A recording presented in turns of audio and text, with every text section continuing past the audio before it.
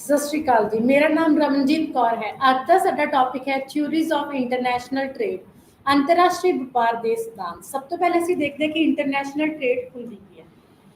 International trade ਜਿਵੇਂ ਕਿ mostly ਆਪਾਂ ਸੁਣਦੇ ਆ ਕਿ ਵਾਟ ਇਜ਼ ਇੰਟਰਨੈਸ਼ਨਲ ਟ੍ਰੇਡ, ਜਾਂ ਇੰਟਰਨੈਸ਼ਨਲ ਟ੍ਰੇਡ ਦੇ ਥਰੂ ਸਾਡੇ ਜਿਹੜੇ ਐਕਸਪੋਰਟਸ ਨੇ ਉਹ ਕਿੰਨੇ ਨੇ, ਇੰਪੋਰਟਸ ਕਿੰਨੇ ਨੇ, ਸਾਡੀ ਜਿਹੜੀ ਇਕੋਨਮੀ ਹੈ, ਆਪਣੀ ਜਿਹੜੀ ਕੰਟਰੀ ਆ, ਉਹ ਬੈਲੈਂਸ ਆਫ ਟ੍ਰੇਡ ਦੇ ਵਿੱਚ ਪੋਜ਼ਿਟਿਵ ਹੈ, ਫੇਵਰੇਬਲ ਹੈ ਜਾਂ ਅਨਫੇਵਰੇਬਲ ਹੈ। ਕਹਿੰਦੇ ਜਿਹੜੀ ਆਪਣੀ ਨੈਸ਼ਨਲ ਇਨਕਮ ਹੈ, ਨੈਸ਼ਨਲ ਇਨਕਮ ਦੇ ਵਿੱਚ ਜਿਹੜਾ ਕੁਛ ਪਾਰਟ ਆਪਣੀ income the, income from abroad, ਕਹਿੰਦਾ ਉਹ ਕਿਹਦੇ ਥਰੂ ਹੁੰਦਾ, ਇੰਟਰਨੈਸ਼ਨਲ ਟ੍ਰੇਡ ਦੇ ਥਰੂ ਹੁੰਦਾ ਹੈ। ਤਾਂ ਸਭ ਤੋਂ ਪਹਿਲਾਂ ਜਾਨਣਾ ਇਹ ਜ਼ਰੂਰੀ ਹੈ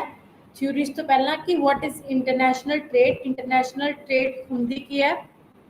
ਕਹਿੰਦੇ ਇੰਟਰਨੈਸ਼ਨਲ ਟ੍ਰੇਡ ਦਾ ਮੇਨ ਫੋਕਸ ਕੀ ਹੁੰਦਾ ਹੈ। ਇੰਟਰਨੈਸ਼ਨਲ ਟ੍ਰੇਡ ਦੇ ਵਿੱਚ ਕੀ ਹੁੰਦਾ ਹੈ, ਗੁੱਡਸ ਐਂਡ ਸਰਵਿਸਿਜ਼ ਦੀ exchange between the two countries. ਕਹਿੰਦੇ ਜਦੋਂ ਦੋ ਕੰਟਰੀਜ਼ ਦੇ ਵਿੱਚ ਗੁੱਡਸ ਐਂਡ ਸਰਵਿਸਿਜ਼ ਦੀ ਐਕਸਚੇਂਜ ਹੁੰਦੀ ਆ, that is called international trade. Different countries ਦੇ ਵਿੱਚ ਵੀ ਹੋ ਸਕਦੀ ਆ, two and more than two countries ਦੇ ਵਿੱਚ ਇਹ ਹੋ ਸਕਦੀ ਆ। ਕਹਿੰਦੇ ਜਿਹੜੀ ਇਹ ਟ੍ਰੇਡ ਹੁੰਦੀ ਹੈ, ਜਿਹੜੇ ਡਿਫਰੈਂਟ ਕੰਟਰੀਜ਼ ਦੇ ਵਿੱਚ ਰੈਜ਼ੀਡੈਂਟ ਰਹਿ ਰਹੇ ਹੁੰਦੇ ਨੇ, ਤਾਂ ਇਹਨਾਂ ਰੈਜ਼ੀਡੈਂਟਸ ਦੇ ਥਰੂ ਹੁੰਦੀ ਆ, ਉਹ ਉਹਨਾਂ ਦੇ ਵਿੱਚ ਜੋ ਵੀ ਟ੍ਰੇਡ ਹੁੰਦੀ ਹੈ ਹੋਏਗੀ। ਐਂਡ ਉਸ ਤੋਂ ਬਾਅਦ ਹੈ ਤੁਹਾਡਾ ਕਿ ਟ੍ਰੇਡ ਹੈ ਜਿਹੜੀ ਉਹ ਕਿਉਂ ਕੀਤੀ ਜਾਂਦੀ ਹੈ, ਕਿਉਂਕਿ ਟ੍ਰੇਡ ਦੇ ਵਿੱਚ sale and purchase of goods and services ਹੁੰਦੀ ਹੈ। ਜਿਵੇਂ ਕਿ ਡਿਫਰੈਂਟ ਜਿਹੜੀਆਂ ਕੰਟਰੀਜ਼ ਨੇ ਉਹ ਦੂਸਰੀ ਕੰਟਰੀ ਤੋਂ ਜਿਹੜੀਆਂ ਗੁੱਡਸ ਨੇ ਉਹਨਾਂ ਦੀ ਕੰਟਰੀ ਦੇ ਵਿੱਚ ਨਹੀਂ ਹੁੰਦੀਆਂ, ਉਹਨਾਂ ਨੂੰ ਪਰਚੇਜ਼ ਕਰਦੀਆਂ ਨੇ ਤੇ ਆਪਣੀਆਂ ਗੁੱਡਸ ਨੂੰ ਦੂਸਰੀ ਕੰਟਰੀਜ਼ ਦੇ ਵਿੱਚ ਕੀ ਕਰਦੀਆਂ ਨੇ, ਸੇਲ ਕਰਦੀਆਂ ਨੇ। ਦੈਨ ਸੇਲ ਐਂਡ ਪਰਚੇਜ਼ ਜਦੋਂ ਡਿਫਰੈਂਟ ਕੰਟਰੀਜ਼ ਦੇ ਵਿੱਚ ਹੋਵੇ, that is called international trade. ਜਿਹੜੀ ਟ੍ਰੇਡ ਹੈ ਇਹ ਵੀ ਟੂ ਟਾਈਪਸ ਦੀ ਹੁੰਦੀ ਆ, internal trade and external trade. Internal trades ਜੋ ਆਪਣੀ ਕੰਟਰੀ ਦੇ ਅੰਡਰ ਹੀ ਹੁੰਦੀ ਆ, ਜਿਹਨੂੰ ਡੋਮੈਸਟਿਕ ਟ੍ਰੇਡ ਵੀ ਕਹਿ ਦਿੰਦੇ ਆ।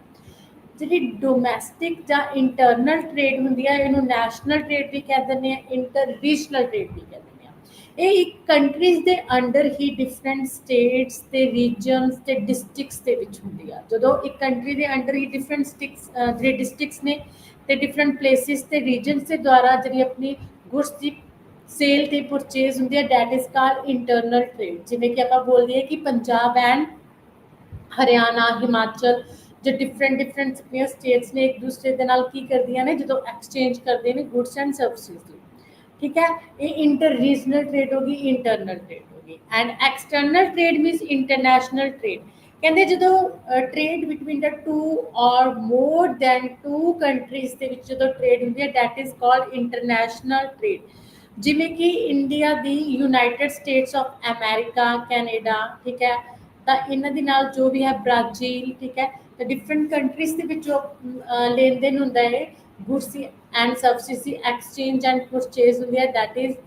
Called international trade. ਠੀਕ ਹੈ, there is a difference between internal and international means external trade। ਤੇ ਉਸ ਤੋਂ ਬਾਅਦ ਕਹਿੰਦੇ ਨੇ ਕਿਉਂ ਹੁੰਦੀ ਆ ਆਲ ਕੰਟਰੀਜ਼ ਦੇ ਵਿੱਚ, ਕਹਿੰਦੇ ਜਿਹੜੀ ਇਹ ਟ੍ਰੇਡ ਹੈ ਕਿਉਂ ਰਾਈਜ਼ ਹੁੰਦੀ ਆ। ਕਹਿੰਦੇ ਕਿਉਂਕਿ ਜਿਹੜੇ ਹਰ ਇੱਕ ਕੰਟਰੀ ਦੇ ਰਿਸੋਰਸਿਸ ਹੁੰਦੇ ਨੇ, ਪ੍ਰੋਡਕਸ਼ਨ ਹੁੰਦੀ ਆ, ਉਹ ਉਹਨਾਂ ਕੰਟਰੀਜ਼ ਦੇ ਲਈ ਸਫੀਸ਼ੀਐਂਟ ਨਹੀਂ ਹੁੰਦੀ।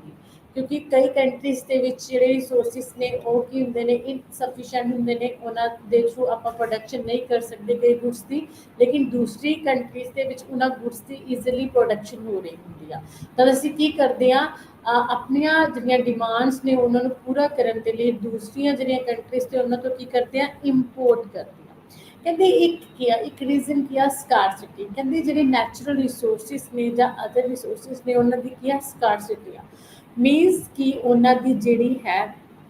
ਡਿਮਾਂਡ ਜ਼ਿਆਦਾ ਹੈ ਲੇਕਿਨ ਸਪਲਾਈ ਘੱਟ ਹੈ। ਤਦ ਕਹਿੰਦੇ ਸਕਾਰਸਿਟੀ ਦੇ ਕਰਕੇ ਜਿਹੜੀਆਂ ਡਿਫਰੈਂਟ ਕੰਟਰੀਜ਼ ਨੇ ਉਹਨਾਂ ਨੂੰ ਆਪਣਾ ਨੀਡਸ ਪੂਰਾ ਕਰਨ ਦੇ ਲਈ ਦੂਸਰੀਆਂ ਜਿਹੜੀਆਂ ਕੰਟਰੀਜ਼ ਨੇ ਉਹਨਾਂ 'ਤੇ ਕੀ ਕਰਨਾ ਪੈਂਦਾ ਹੈ, ਡਿਪੈਂਡ ਹੋਣਾ ਪੈਂਦਾ ਹੈ। ਜਿਵੇਂ ਕਿ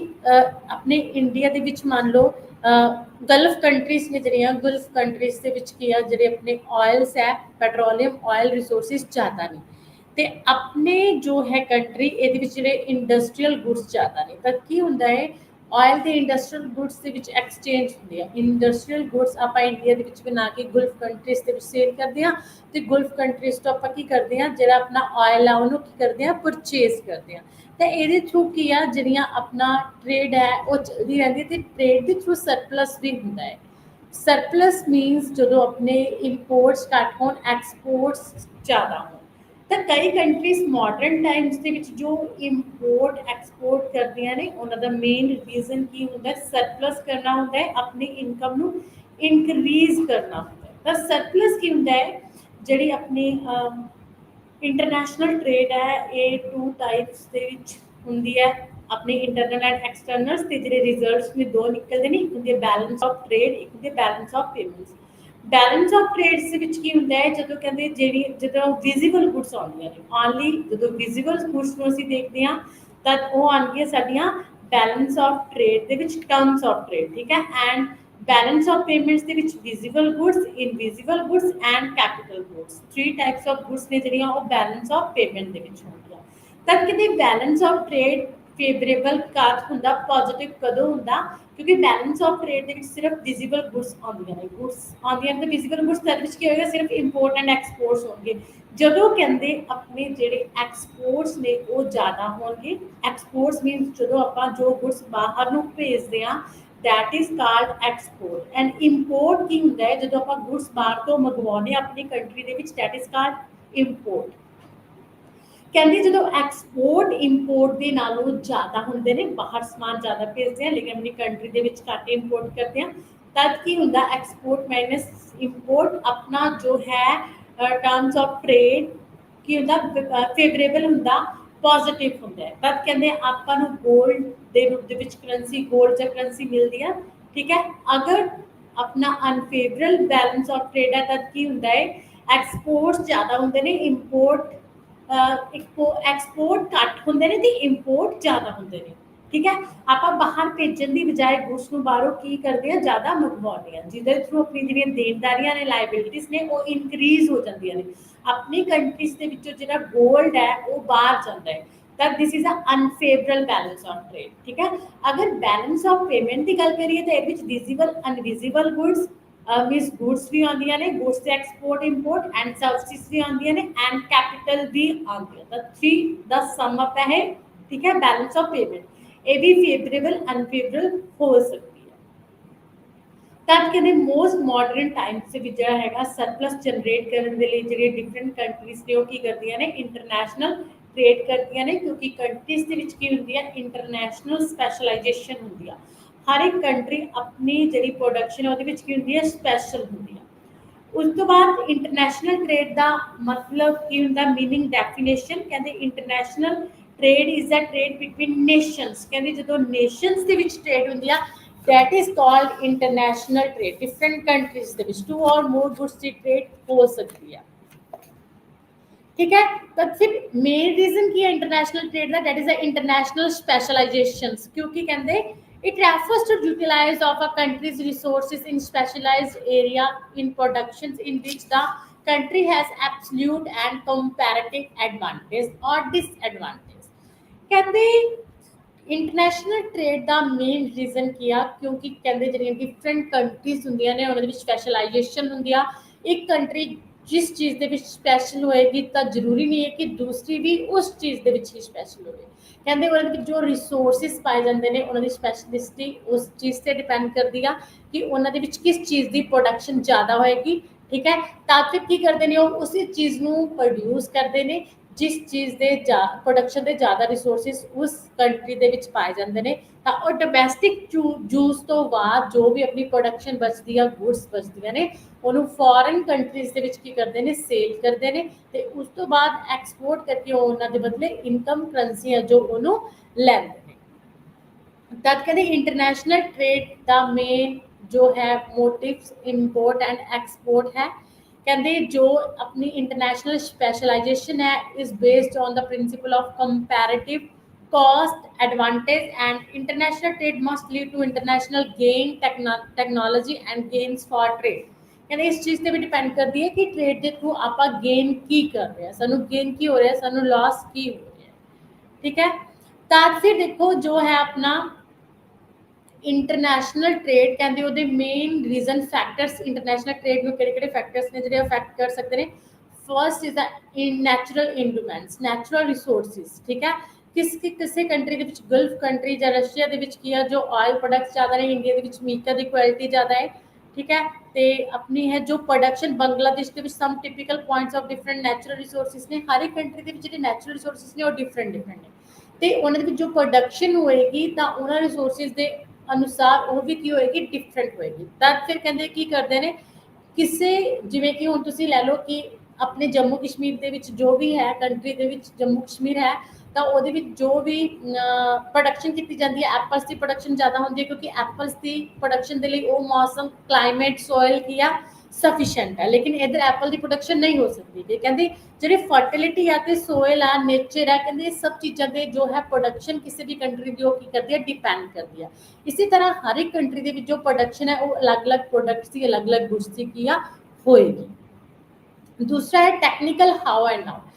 ਟੈਕਨੀਕਲ ਹਾਊ ਐਂਡ ਨਾउ ਦਾ ਮਤਲਬ ਹੈ ਕਿ ਟੈਕਨੋਲੋਜੀ, ਕਹਿੰਦੇ ਜਿਹੜੀ ਪ੍ਰੋਡਕਸ਼ਨ ਹੈ ਕਿਸੇ ਵੀ ਕੰਟਰੀ ਦੀ ਉਹ ਟੈਕਨੋਲੋਜੀ ਤੇ ਵੀ ਡਿਪੈਂਡ ਕਰਦੀ ਹੈ।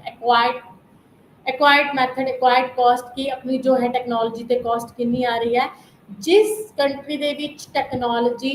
ज़्यादा अच्छी बेस्ट है किसी चीज़ की प्रोडक्शन के लिए, उस कंट्री दे विच उही चीज़ की की होएगी, प्रोडक्शन होएगी। यह टेक्नोलॉजी ते भी डिपेंड करता कि कॉस्ट घट तो घट आवे ते प्रोडक्शन ज़्यादा तो ज़्यादा आवे। जिवें कि तुसीं जानते हो कि जो अपना एप्पल का फोन है आप वो इंपोर्ट करते हैं, लेकिन इधरों बनता नहीं है, वो फॉरन कंट्रीज के विच बनता है। तब कहते की है कि एप्पल की टैक्नोलॉजी उधर ज़्यादा है, तो एप्पल की प्रोडक्शन के लिए वो की है, एफिशिएंसी है, एफेक्टिव एफिशिएंसी स्पैशलाइजेशन है, तो इधरों आप की करते हैं, इंपोर्ट करते हैं। इसी तरह कहते टैक्नोलॉजी ते डिपेंड करता कि ऑटोमोबाइल की प्रोडक्शन ज़्यादा होंगी है, ਤੇ ਬਾਹਰ ਗੁੱਡਸ ਦੀ ਪ੍ਰੋਡਕਸ਼ਨਸ ਲਾਈਕ F-16 ਕਹਿੰਦੇ ਜਿਹੜੀ ਹੈਗੀ ਆ ਉਹ USA ਦੇ ਵਿੱਚ ਪ੍ਰੋਡਿਊਸ ਹੁੰਦੀ ਆ। ਠੀਕ ਹੈ, ਐਦਾਂ ਕਿਤੇ ਅਲੱਗ-ਅਲੱਗ ਕੰਟਰੀਜ਼ ਨੇ ਜਿੱਥੇ ਕਹਿੰਦੇ ਅਲੱਗ-ਅਲੱਗ ਟੈਕਨੋਲੋਜੀ ਦੇ ਕਾਰਨ ਜਿਹੜੇ ਟੈਕਨੀਕਲ ਗੁੱਡਸ ਨੇ ਉਹ ਵੀ ਅਲੱਗ-ਅਲੱਗ ਹੀ ਕੀ ਕਰਦੀਆਂ ਨੇ, ਪ੍ਰੋਡਿਊਸ ਹੁੰਦੀਆਂ ਨੇ। ਉਸ ਤੋਂ ਬਾਅਦ ਕਾਸਟ ਡਿਫਰੈਂਸ, ਕਹਿੰਦੇ ਜਿਹੜੀਆਂ ਗੁੱਡਸ ਦੀ ਪ੍ਰੋਡਕਸ਼ਨ ਹੁੰਦੀ ਹੈ ਡਿਫਰੈਂਟ ਕੰਟਰੀਜ਼ ਦੇ ਵਿੱਚ, ਉਹਦੇ ਵਿੱਚ ਕੀ ਹੁੰਦਾ, ਕੰਪੈਰੀਟਿਵ ਕਾਸਟ। ਕਹਿੰਦੇ ਕਾਸਟ ਜਿਹੜੀ ਉਹਦੇ ਵਿੱਚ ਕੀ ਹੁੰਦਾ, ਡਿਫਰੈਂਟ ਹੁੰਦਾ। ਕਿਸੇ ਕੰਟਰੀਜ਼ ਦੇ ਵਿੱਚ ਮੰਨ ਲਓ 2 ਕੰਟਰੀਜ਼ ਨੇ, ਆਪਾਂ ਨੇ ਉਹਨਾਂ ਦੇ ਵਿੱਚ ਵੀਟ ਦੀ ਪ੍ਰੋਡਕਸ਼ਨ ਕਰਨੀ ਹੈ, ਤਾਂ wheat the production India and USA है। इंडिया के वीट की प्रोडक्शन से कॉस्ट घट आ रही है, लेकिन USA ते वीट की प्रोडक्शन के कॉस्ट ज़्यादा आ रही है। तद कहते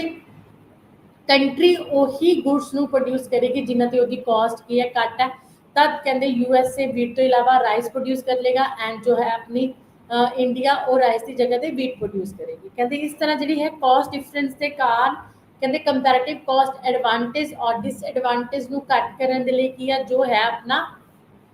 इंटरनेशनल ट्रेड वो होंगी है। कहते क्योंकि इतने मेन रीजन होर की है इस तो इलावा कॉस्ट तो इलावा, क्योंकि कॉस्ट कहते सिर्फ प्रोडक्शन तो नहीं आती, प्रोडक्शन तो इलावा product differentiate advertisement and publicity ते भी कॉस्ट होंगी है, क्योंकि ये भी फैक्टर ऑफ कॉस्ट है, जिते भी एक्सट्रा कॉस्ट है, जिते भी कहते खर्चा करना पैता है। तो ये सारी कॉस्ट जी है अपनी प्रोडक्शन डिपेंड करती है। अगे कि न्यू इकनॉमिक ऑर्डर, कहते जो न्यू इकनॉमिक ऑर्डर्स ने उस पर भी अपना किया, क्योंकि इंटीग्रेट देयर इकनॉमिक सिचुएशन में इंटीग्रेट करना, specialisation and international trade and multinational corporations कहते जी बनती ने मल्टीनेशनल कॉरपोरेशन के थ्रू मिलकर किया, कॉपरेट करके वर्क किया जाता है, जिस थ्रू गुड्स एंड सर्विसेज को एक्सचेंज किया जाता है। मेन रीजन ये भी है। बेसिक्स ऑफ इंटरनेशनल ट्रेड का बेसिक्स कहते रीजनस की है वही इंटरनेशनल स्पैशलाइजेशन, इंटरनेशनल लैवल के डिफरेंट डिफरेंट कंट्रीज का किसी भी चीज़ की प्रोडक्शन के स्पैशल होना। Again non availability of the specific factor, जो फैक्टर ऑफ प्रोडक्शन ने मीनस रिसोर्सिस ने, चाहे नैचुरल रिसोर्सिस ने, चाहे टैक्नोलॉजिकल रिसोर्सिस ने, उन्होंने किसी कंट्री के अलग अलग क्वांटिटी के किया होना।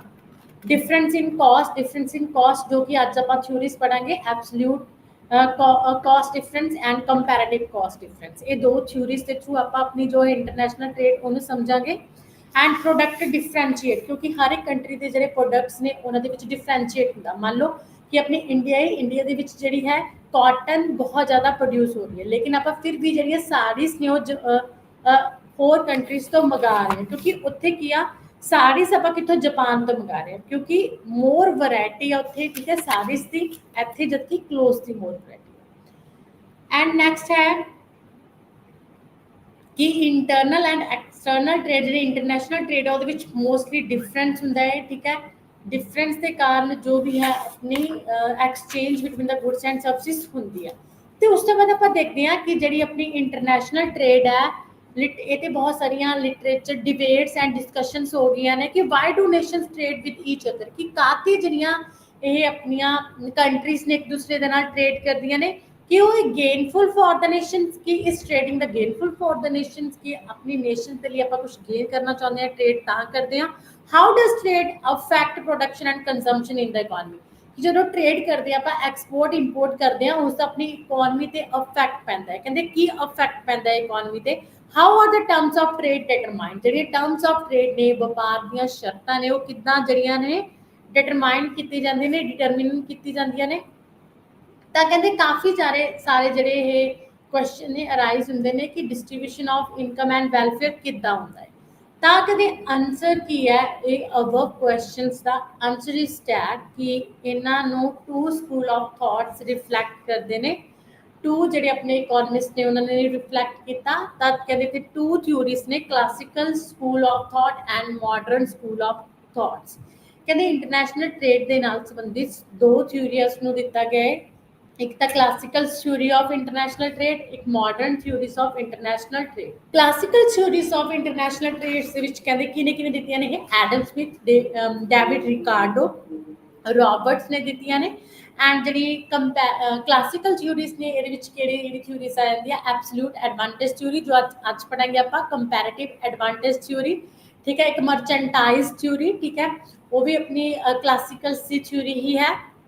ਉਸ ਤੋਂ ਬਾਅਦ ਜਿਹੜੀ ਮਾਡਰਨ ਥਿਊਰੀ ਹੈ ਮਾਡਰਨ ਥਿਊਰੀ ਨੂੰ ਹੈਕਸਨ ਐਂਡ ਓਲੀ ਨੇ ਦਿੱਤਾ ਇਹ ਹੈਕਸਨ ਓਲਿਨ ਥਿਊਰੀ ਹੈ ਜਿਹੜੀ ਇੰਟਰਨੈਸ਼ਨਲ ਟ੍ਰੇਡ ਦੀ this is a modern theory of international trade ਤੇ ਅੱਜ ਅਸੀਂ ਕਰਾਂਗੇ classical theory of international trade classical theories ਦੇ ਵਿੱਚ two theories ਨੇ absolute advantage theory and comparative advantage theory ਸਭ ਤੋਂ ਪਹਿਲਾਂ theory of comparative advantage ਨੂੰ ਥੋੜਾ ਜਿਹਾ ਦੇਖਾਂਗੇ ਕਹਿੰਦੇ ਕਿਉਂਕਿ ਕਹਿੰਦੇ ਇਹ ਦੋ theories ਕਿਉਂ ਅਪਲਾਈ ਹੋ ਰਹੀਆਂ ਨੇ ਕਿਉਂਕਿ comparative difference ਹੈ difference in cost difference in resources difference in productions that is why ਜਿਹੜੀ international trade ਹੋ ਗਿਆ ਹੁੰਦੀ ਆ ਕਿਉਂਕਿ ਜਿਹੜੇ ਆਪਣੀ ਇਹ ਜਿਹੜੀ ਥਿਊਰੀ ਆ ਮੇਨ ਜੇਐਸ ਮਿਲ ਦੀ ਇਹ ਜਿਹੜੀ ਟਰਮਸ ਆਫ ਟ੍ਰੇਡ ਨੇ ਇਹ ਪ੍ਰਿੰਸੀਪਲਸ ਆਫ ਰੈਸਿਪਰੋਕਲ ਡਿਮਾਂਡ ਤੇ ਡਿਪੈਂਡ ਕਰਦੀ ਆ ਠੀਕ ਹੈ ਤਾਂ ਸਭ ਤੋਂ ਪਹਿਲਾਂ ਦੇਖੋ theory of comparative cost was discussed by the famous economist David Ricardo and Torrens the theory is also called theory of comparative advantage it has been suitable modified by economics like J.S. Mill, Kearney and Bastables, etc. ਕਹਿੰਦੇ ਇਸ ਦਾ ਜੋ ਹੈ main definition that is a country will export goods in which it has a comparative advantage and import goods for which has a comparative disadvantage ਕਹਿੰਦੇ ਇੱਕ country ਹੈ ਜਿਹੜੀ ਉਹ ਉਹਨਾਂ ਚੀਜ਼ਾਂ ਨੂੰ ਕੀ ਕਰੇਗੀ ਐਕਸਪੋਰਟ ਕਰੇਗੀ ਉਹਨਾਂ ਗੁੱਡਸ ਨੂੰ ਜਿਨ੍ਹਾਂ ਦੀ ਪ੍ਰੋਡਕਸ਼ਨ ਦੇ ਵਿੱਚ ਉਹਨਾਂ ਨੂੰ ਕੀ ਆ ਕੰਪੈਰੀਟਿਵ ਐਡਵਾਂਟੇਜ ਆ ਕੰਪੈਰੀਟਿਵ ਐਡਵਾਂਟੇਜ ਮੀਨਸ ਕਿ ਟੂ ਗੁੱਡਸ ਨੇ ਰਾਈਸ ਐਂਡ बीटा अगर इंडिया राइस की प्रोडक्शन करेगा तो 4 क्विंटल राइस होएगा अगर इंडिया वीट की प्रोडक्शन करेगा तो 8 क्विंटल वीट प्रोड्यूस होएगी तो इंडिया ਨੂੰ किया जो कॉस्ट है दोनों की कॉस्ट चेक करेगा कॉस्ट किस ते घट आ रही है वीट ते घट आ रही है राइस ते ज्यादा आ रही है तो कंपैरेटिवली वो प्रोडक्शन भी चेक करेंगे तक ਇੱਥੇ ਕੀ ਹੋਏਗਾ ਉਹ ਰਾਈਸ ਦੀ ਜਗ੍ਹਾ ਤੇ ਵੀਟ ਦੀ ਪ੍ਰੋਡਕਸ਼ਨ ਕਰੇਗਾ ਕਿਉਂਕਿ ਵੀਟ ਦੀ ਪ੍ਰੋਡਕਸ਼ਨ ਦੇ ਵਿੱਚ ਉਹਨੂੰ ਕੀ ਆ ਕੰਪੈਰੀਟਿਵ ਐਡਵਾਂਟੇਜ ਹੈ ਤੇ ਉਹ ਰਾਈਸ ਨੂੰ ਇੰਪੋਰਟ ਕਰੇਗਾ ਵੀਟ ਨੂੰ ਐਕਸਪੋਰਟ ਕਰੇਗਾ and import goods for which has a comparative disadvantage ਕਹਿੰਦੇ ਤੇ ਇੰਪੋਰਟ ਉਹਨਾਂ ਚੀਜ਼ਾਂ ਨੂੰ ਕਰੇਗਾ ਜਿਨ੍ਹਾਂ ਦੇ ਥਰੂ ਉਹਨਾਂ ਦਾ ਜਿਹੜਾ ਕੰਪੈਰੀਟਿਵ ਡਿਸਐਡਵਾਂਟੇਜ ਆ ਉਹ ਥੋੜਾ ਜਿਹਾ ਘੱਟ ਹੋਵੇ ਮੀਨਸ ਉਹ ਵੀਟ ਨੂੰ ਪ੍ਰੋਡਿਊਸ ਕਰਕੇ ਰਾਈਸ ਨੂੰ ਪ੍ਰੋਡਿਊਸ ਨਹੀਂ ਕਰੇਗਾ ਤਾਂ ਰਾਈਸ ਨੂੰ ਉਹ ਇੰਪੋਰਟ ਕਰੇਗਾ ਔਰ ਵੀਟ ਨੂੰ ਉਹ ਐਕਸਪੋਰਟ ਕਰੇਗਾ दस कहते शॉन ने क्या है कि a country will export goods in which it has comparative advantage and import goods for which it has a comparative disadvantage. This is the theory of comparative cost. Comparative cost means two products जिन्हों की production करनी है आप उन्हों की cost देखते हैं उन्हों की प्रोडक्शन देखते हैं उन्हों की कॉस्ट को कंपेयर करते हैं जिस की कॉस्ट घट होएगी तो प्रोडक्शन ज़्यादा होएगी आप उस गुड को की करांगे प्रोड्यूस करांगे then assumptions ਤੁਸੀਂ ਦੇਖ ਸਕਦੇ ਹੋ theory of comparative cost is based on the following assumptions the first is there are only two countries and they produce two goods ਕਹਿੰਦੇ ਇਹਨਾਂ ਨੇ ਜੋ ਹੈ ਆਪਣਾ ਰਿਕਾਰਡੋ ਨੇ ਡੇਵਿਡ ਰਿਕਾਰਡੋ ਜੇਐਸ ਮਿਲ ਨੇ क्लासिकल थ्योरी ठीक है इन्होंने क्लासिकल जो है इकोनॉमिस्ट इन्होंने की लिखता है ਕਿ ਅਸੰਪਸ਼ਨਸ ਬੇਸਿਕ ਅਸੰਪਸ਼ਨਸ ਕੀ ਮੰਨ ਕੇ ਚੱਲੇ ਨੇ, ਕਹਿੰਦੇ ਸਿਰਫ ਟੂ ਕੰਟਰੀਜ਼ ਨੇ ਤੇ ਦੋਨਾਂ ਦੇ ਵਿੱਚ ਟੂ ਗੁੱਡਸ ਦੀ ਪ੍ਰੋਡਿਊਸ ਹੋ ਰਹੀਆਂ ਨੇ। ਕੰਟਰੀ ਏ ਹੈ ਐਂਡ ਕੰਟਰੀ ਬੀ ਆ। ਏ ਗੁੱਡ ਦੇ ਵਿੱਚ ਏ ਕੰਟਰੀ ਦੇ ਵਿੱਚ ਵੀ ਟੂ ਗੁੱਡਸ ਦੀ ਪ੍ਰੋਡਕਸ਼ਨ ਹੋ ਰਹੀ ਹੈ ਤੇ ਬੀ ਕੰਟਰੀ ਦੇ ਵਿੱਚ ਵੀ ਟੂ ਗੁੱਡਸ ਦੀ ਪ੍ਰੋਡਕਸ਼ਨ ਹੋ ਰਹੀ ਹੈ। Labour is the only factor of production and cost of production is measured in the term of labour units. ਜਿਵੇਂ ਕਿ ਤੁਸੀਂ ਦੇਖੀ ਹੈ ਕਿ ਕੰਪੈਰੀਟਿਵ ਕਾਸਟ, ਕਿਉਂਕਿ ਕਾਸਟ ਦੇਖਦੇ ਹਾਂ ਕਿ ਕਾਸਟ ਕਿੰਨੀ ਆ ਰਹੀ, ਤਾਂ ਕਾਸਟ ਦੇ ਵਿੱਚ 4 ਫੈਕਟਰ ਆਫ ਪ੍ਰੋਡਕਸ਼ਨ ਹੁੰਦੇ ਨੇ, land, labour, capital end handle. ਪਰ ਇੱਥੇ ਸਿਰਫ ਇਹਨਾਂ ਨੇ ਕੀ ਬੋਲਿਆ ਹੈ ਕਿ ਆਪਾਂ ਪ੍ਰੋਡਕਸ਼ਨ ਦੇ ਲਈ ਸਿਰਫ ਲੇਬਰ ਨੂੰ ਯੂਜ਼ ਕਰਦੇ ਹਾਂ। Labour is only factor of production, ਕਿ ਲੇਬਰ ਤੇ ਕਾਸਟ ਆ ਰਹੀ ਹੈ, ਲੇਬਰ ਨੂੰ ਹੀ ਸਿਰਫ ਆਪਾਂ ਯੂਜ਼ ਕਰਦੇ ਹਾਂ, ਤਦ ਲੇਬਰ ਨੂੰ ਹੀ ਆਪਾਂ ਮੈਜ਼ਰ ਕਰਾਂਗੇ ਇਨ ਯੂਨਿਟਸ ਦੇ ਵਿੱਚ। Factor output ratio is constant. Marginal productivity of a factor is equal to average productivity. ਕਹਿੰਦੇ factor output ratio is constant. Factor output ratio ਜਿੰਨਾ ਆਪਾਂ ਫੈਕਟਰਸ ਦੇ ਵਿੱਚ ਚੇਂਜ ਕਰਾਂਗੇ, ਆਊਟਪੁੱਟ ਵੀ ਆਪਣੀ ਉਨੀ ਹੀ ਇਨਕਰੀਜ਼ ਹੋਏਗੀ। ਮਾਰਜਨਲ ਪ੍ਰੋਡਕਟਿਵਿਟੀ ਹੈ ਜਿਹੜੀ ਆਪਾਂ ਲੇਬਰ ਯੂਜ਼ ਕਰ ਰਹੇ ਹਾਂ, ਉਹਦੀ ਜਿਹੜੀ ਮਾਰਜਨਲ ਪ੍ਰੋਡਕਟਿਵਿਟੀ ਆ ਐਮਪੀ ਆ, ਉਹ ਐਵਰੇਜ ਪ੍ਰੋਡਕਟਿਵਿਟੀ ਦੇ ਏਪੀ ਦੇ ਕੀ ਹੋਏਗੀ, ਇਕੁਅਲ ਹੋਏਗੀ। And all units of labour are homogeneous. ਕਹਿੰਦੇ ਲੇਬਰ ਜਦੋਂ ਆਪਾਂ ਇੱਕ ਤੋਂ ਬਾਅਦ ਇੱਕ ਯੂਜ਼ ਕਰਾਂਗੇ, ਇਨਕਰੀਜ਼ ਕਰਾਂਗੇ, ਤਾਂ ਜਿਹੜੇ ਲੇਬਰ 1 2 3 4 ਸਾਰੇ ਜਿਹੜੇ ਯੂਨਿਟਸ ਇੱਕ ਇੱਕ ਕਰਕੇ ਵਧਾਵਾਂਗੇ ਉਹ ਕੀ ਹੋਣਗੇ, ਹੋਮੋਜੀਨੀਅਸ ਹੋਣਗੇ, ਸੇਮ ਹੋਣਗੇ। Production is subject to law of constant returns. ਕਹਿੰਦੇ ਜਿਹੜੀ ਪ੍ਰੋਡਕਸ਼ਨ ਹੈ ਉਹ ਕਾਂਸਟੈਂਟ ਰਿਟਰਨ, ਤੁਹਾਨੂੰ ਪਤਾ ਹੈ ਕਿ law of return to scale 3 type of returns ਨੇ, increasing returns, decreasing returns ਤੇ constant returns। ਇੱਥੇ constant returns ਦਾ ਜਿਹੜਾ law apply ਹੋ ਰਿਹਾ ਹੈ, ਮਤਲਬ ਜਿੰਨੀ ਆਊਟਪੁੱਟ ਇਨਕਰੀਜ਼ ਕਰਾਂਗੇ ਉਨੀ ਆਪਣੀ ਇਨਪੁਟ ਇਨਕਰੀਜ਼ ਕਰਾਂਗੇ ਉਨੀ ਹੀ ਆਪਣੀ ਕੀ ਹੋਏਗੀ, ਆਊਟਪੁੱਟ ਇਨਕਰੀਜ਼ ਹੋਏਗੀ। ਉਸ ਤੋਂ ਬਾਅਦ factor of production are perfectly mobile within the country but are perfectly immobile with between the two countries। ਕਹਿੰਦੇ ਜਦੋਂ ਇੰਟਰਨਲ ਟ੍ਰੇਡ ਹੋਵੇ, ਆਪਣੀ ਕੰਟਰੀ ਦੇ ਵਿੱਚ ਟ੍ਰੇਡ ਹੋਵੇ, ਤਦ ਆਪਾਂ ਜਿਹੜੇ ਫੈਕਟਰ ਆਫ ਪ੍ਰੋਡਕਸ਼ਨਸ ਨੇ ਐਂਡ ਜਿਹੜੀ ਲੇਬਰ ਆ ਉਹਨੂੰ ਈਜ਼ੀਲੀ ਮੂਵ ਕਰ ਸਕਦੇ ਇੱਕ ਜਗ੍ਹਾ ਤੋਂ ਦੂਸਰੀ ਜਗ੍ਹਾ। ਲੇਕਿਨ ਜਦੋਂ ਡਿਫਰੈਂਟ ਕੰਟਰੀਜ਼ ਦੇ ਵਿੱਚ ਕੀ ਹੁੰਦੀ ਆ, ਪ੍ਰੋਡਕਸ਼ਨ ਹੁੰਦੀ ਹੈ, ਤਾਂ ਆਪਾਂ ਜਿਹੜੀ ਆਪਣੀ ਲੇਬਰ ਹੈ ਉਹਨੂੰ ਇੱਕ ਕੰਟਰੀ ਤੋਂ ਦੂਸਰੀ ਕੰਟਰੀ ਤੇ ਈਜ਼ੀਲੀ ਮੂਵ ਨਹੀਂ ਕਰ ਸਕਦੇ। There is no cost of transportation. कहते ट्रांसपोर्टेशन से कोई भी कॉस्ट नहीं हैगी। International trade is free from all government controls. कहते इंटरनेशनल ट्रेड से गवर्नमेंट का कोई भी कंट्रोल नहीं, कोई भी tariff barriers, tax, quota, import export कोई भी फिक्स नहीं किया होया। There is full employment in the countries engaged in international trade। कहते कि अपनी कंट्री ਦੇ ਵਿੱਚ फुल इंप्लॉयमेंट है। there is perfect competition both in goods market and sector market। perfect competition means large number of buyers and sellers ਜਿਹੜੇ homogeneous product ਕੀ ਆ produce ਕਰਦੇ ਨੇ ਤੇ ਪ੍ਰਾਈਸ ਇੱਕ ਹੀ ਹੈ ਜੋ ਇੰਡਸਟਰੀ ਫਿਕਸ ਕਰਦੀ ਆ। ਕਹਿੰਦੇ ਉਹਦੇ ਵਿੱਚ ਗੁੱਡਸ ਮਾਰਕੀਟ ਤੇ ਫੈਕਟਰ ਮਾਰਕੀਟ ਦੇ ਵਿੱਚ ਬਹੁਤ ਹੀ ਨੇ, ਸੇਮ ਨੇ। there is a trade balance। Trade balance किया फेवरेबल बैलेंस है जिस इंपोर्ट एक्सपोर्ट इक्वल ने। There is a value of export is equal to value of imports. This is the assumptions of comparative cost theory of international trade। ਅੱਗੇ ਦੇਖਦੇ ਹਾਂ ਅਸੀਂ absolute difference in cost। ਕਹਿੰਦੇ absolute difference in cost ਦੇ ਵਿੱਚ ਕੀ ਹੋਏਗਾ ਕਿ ਆਪਣੀ ਜੋ ਹੈ absolute theory of cost। ਕਹਿੰਦੇ according to Adam Smith the main basis of international trade is the difference in absolute cost। this is difference in absolute cost arises when one country is in a position to produce a commodity at a very low cost compared to another country and the other country can produce some other commodity।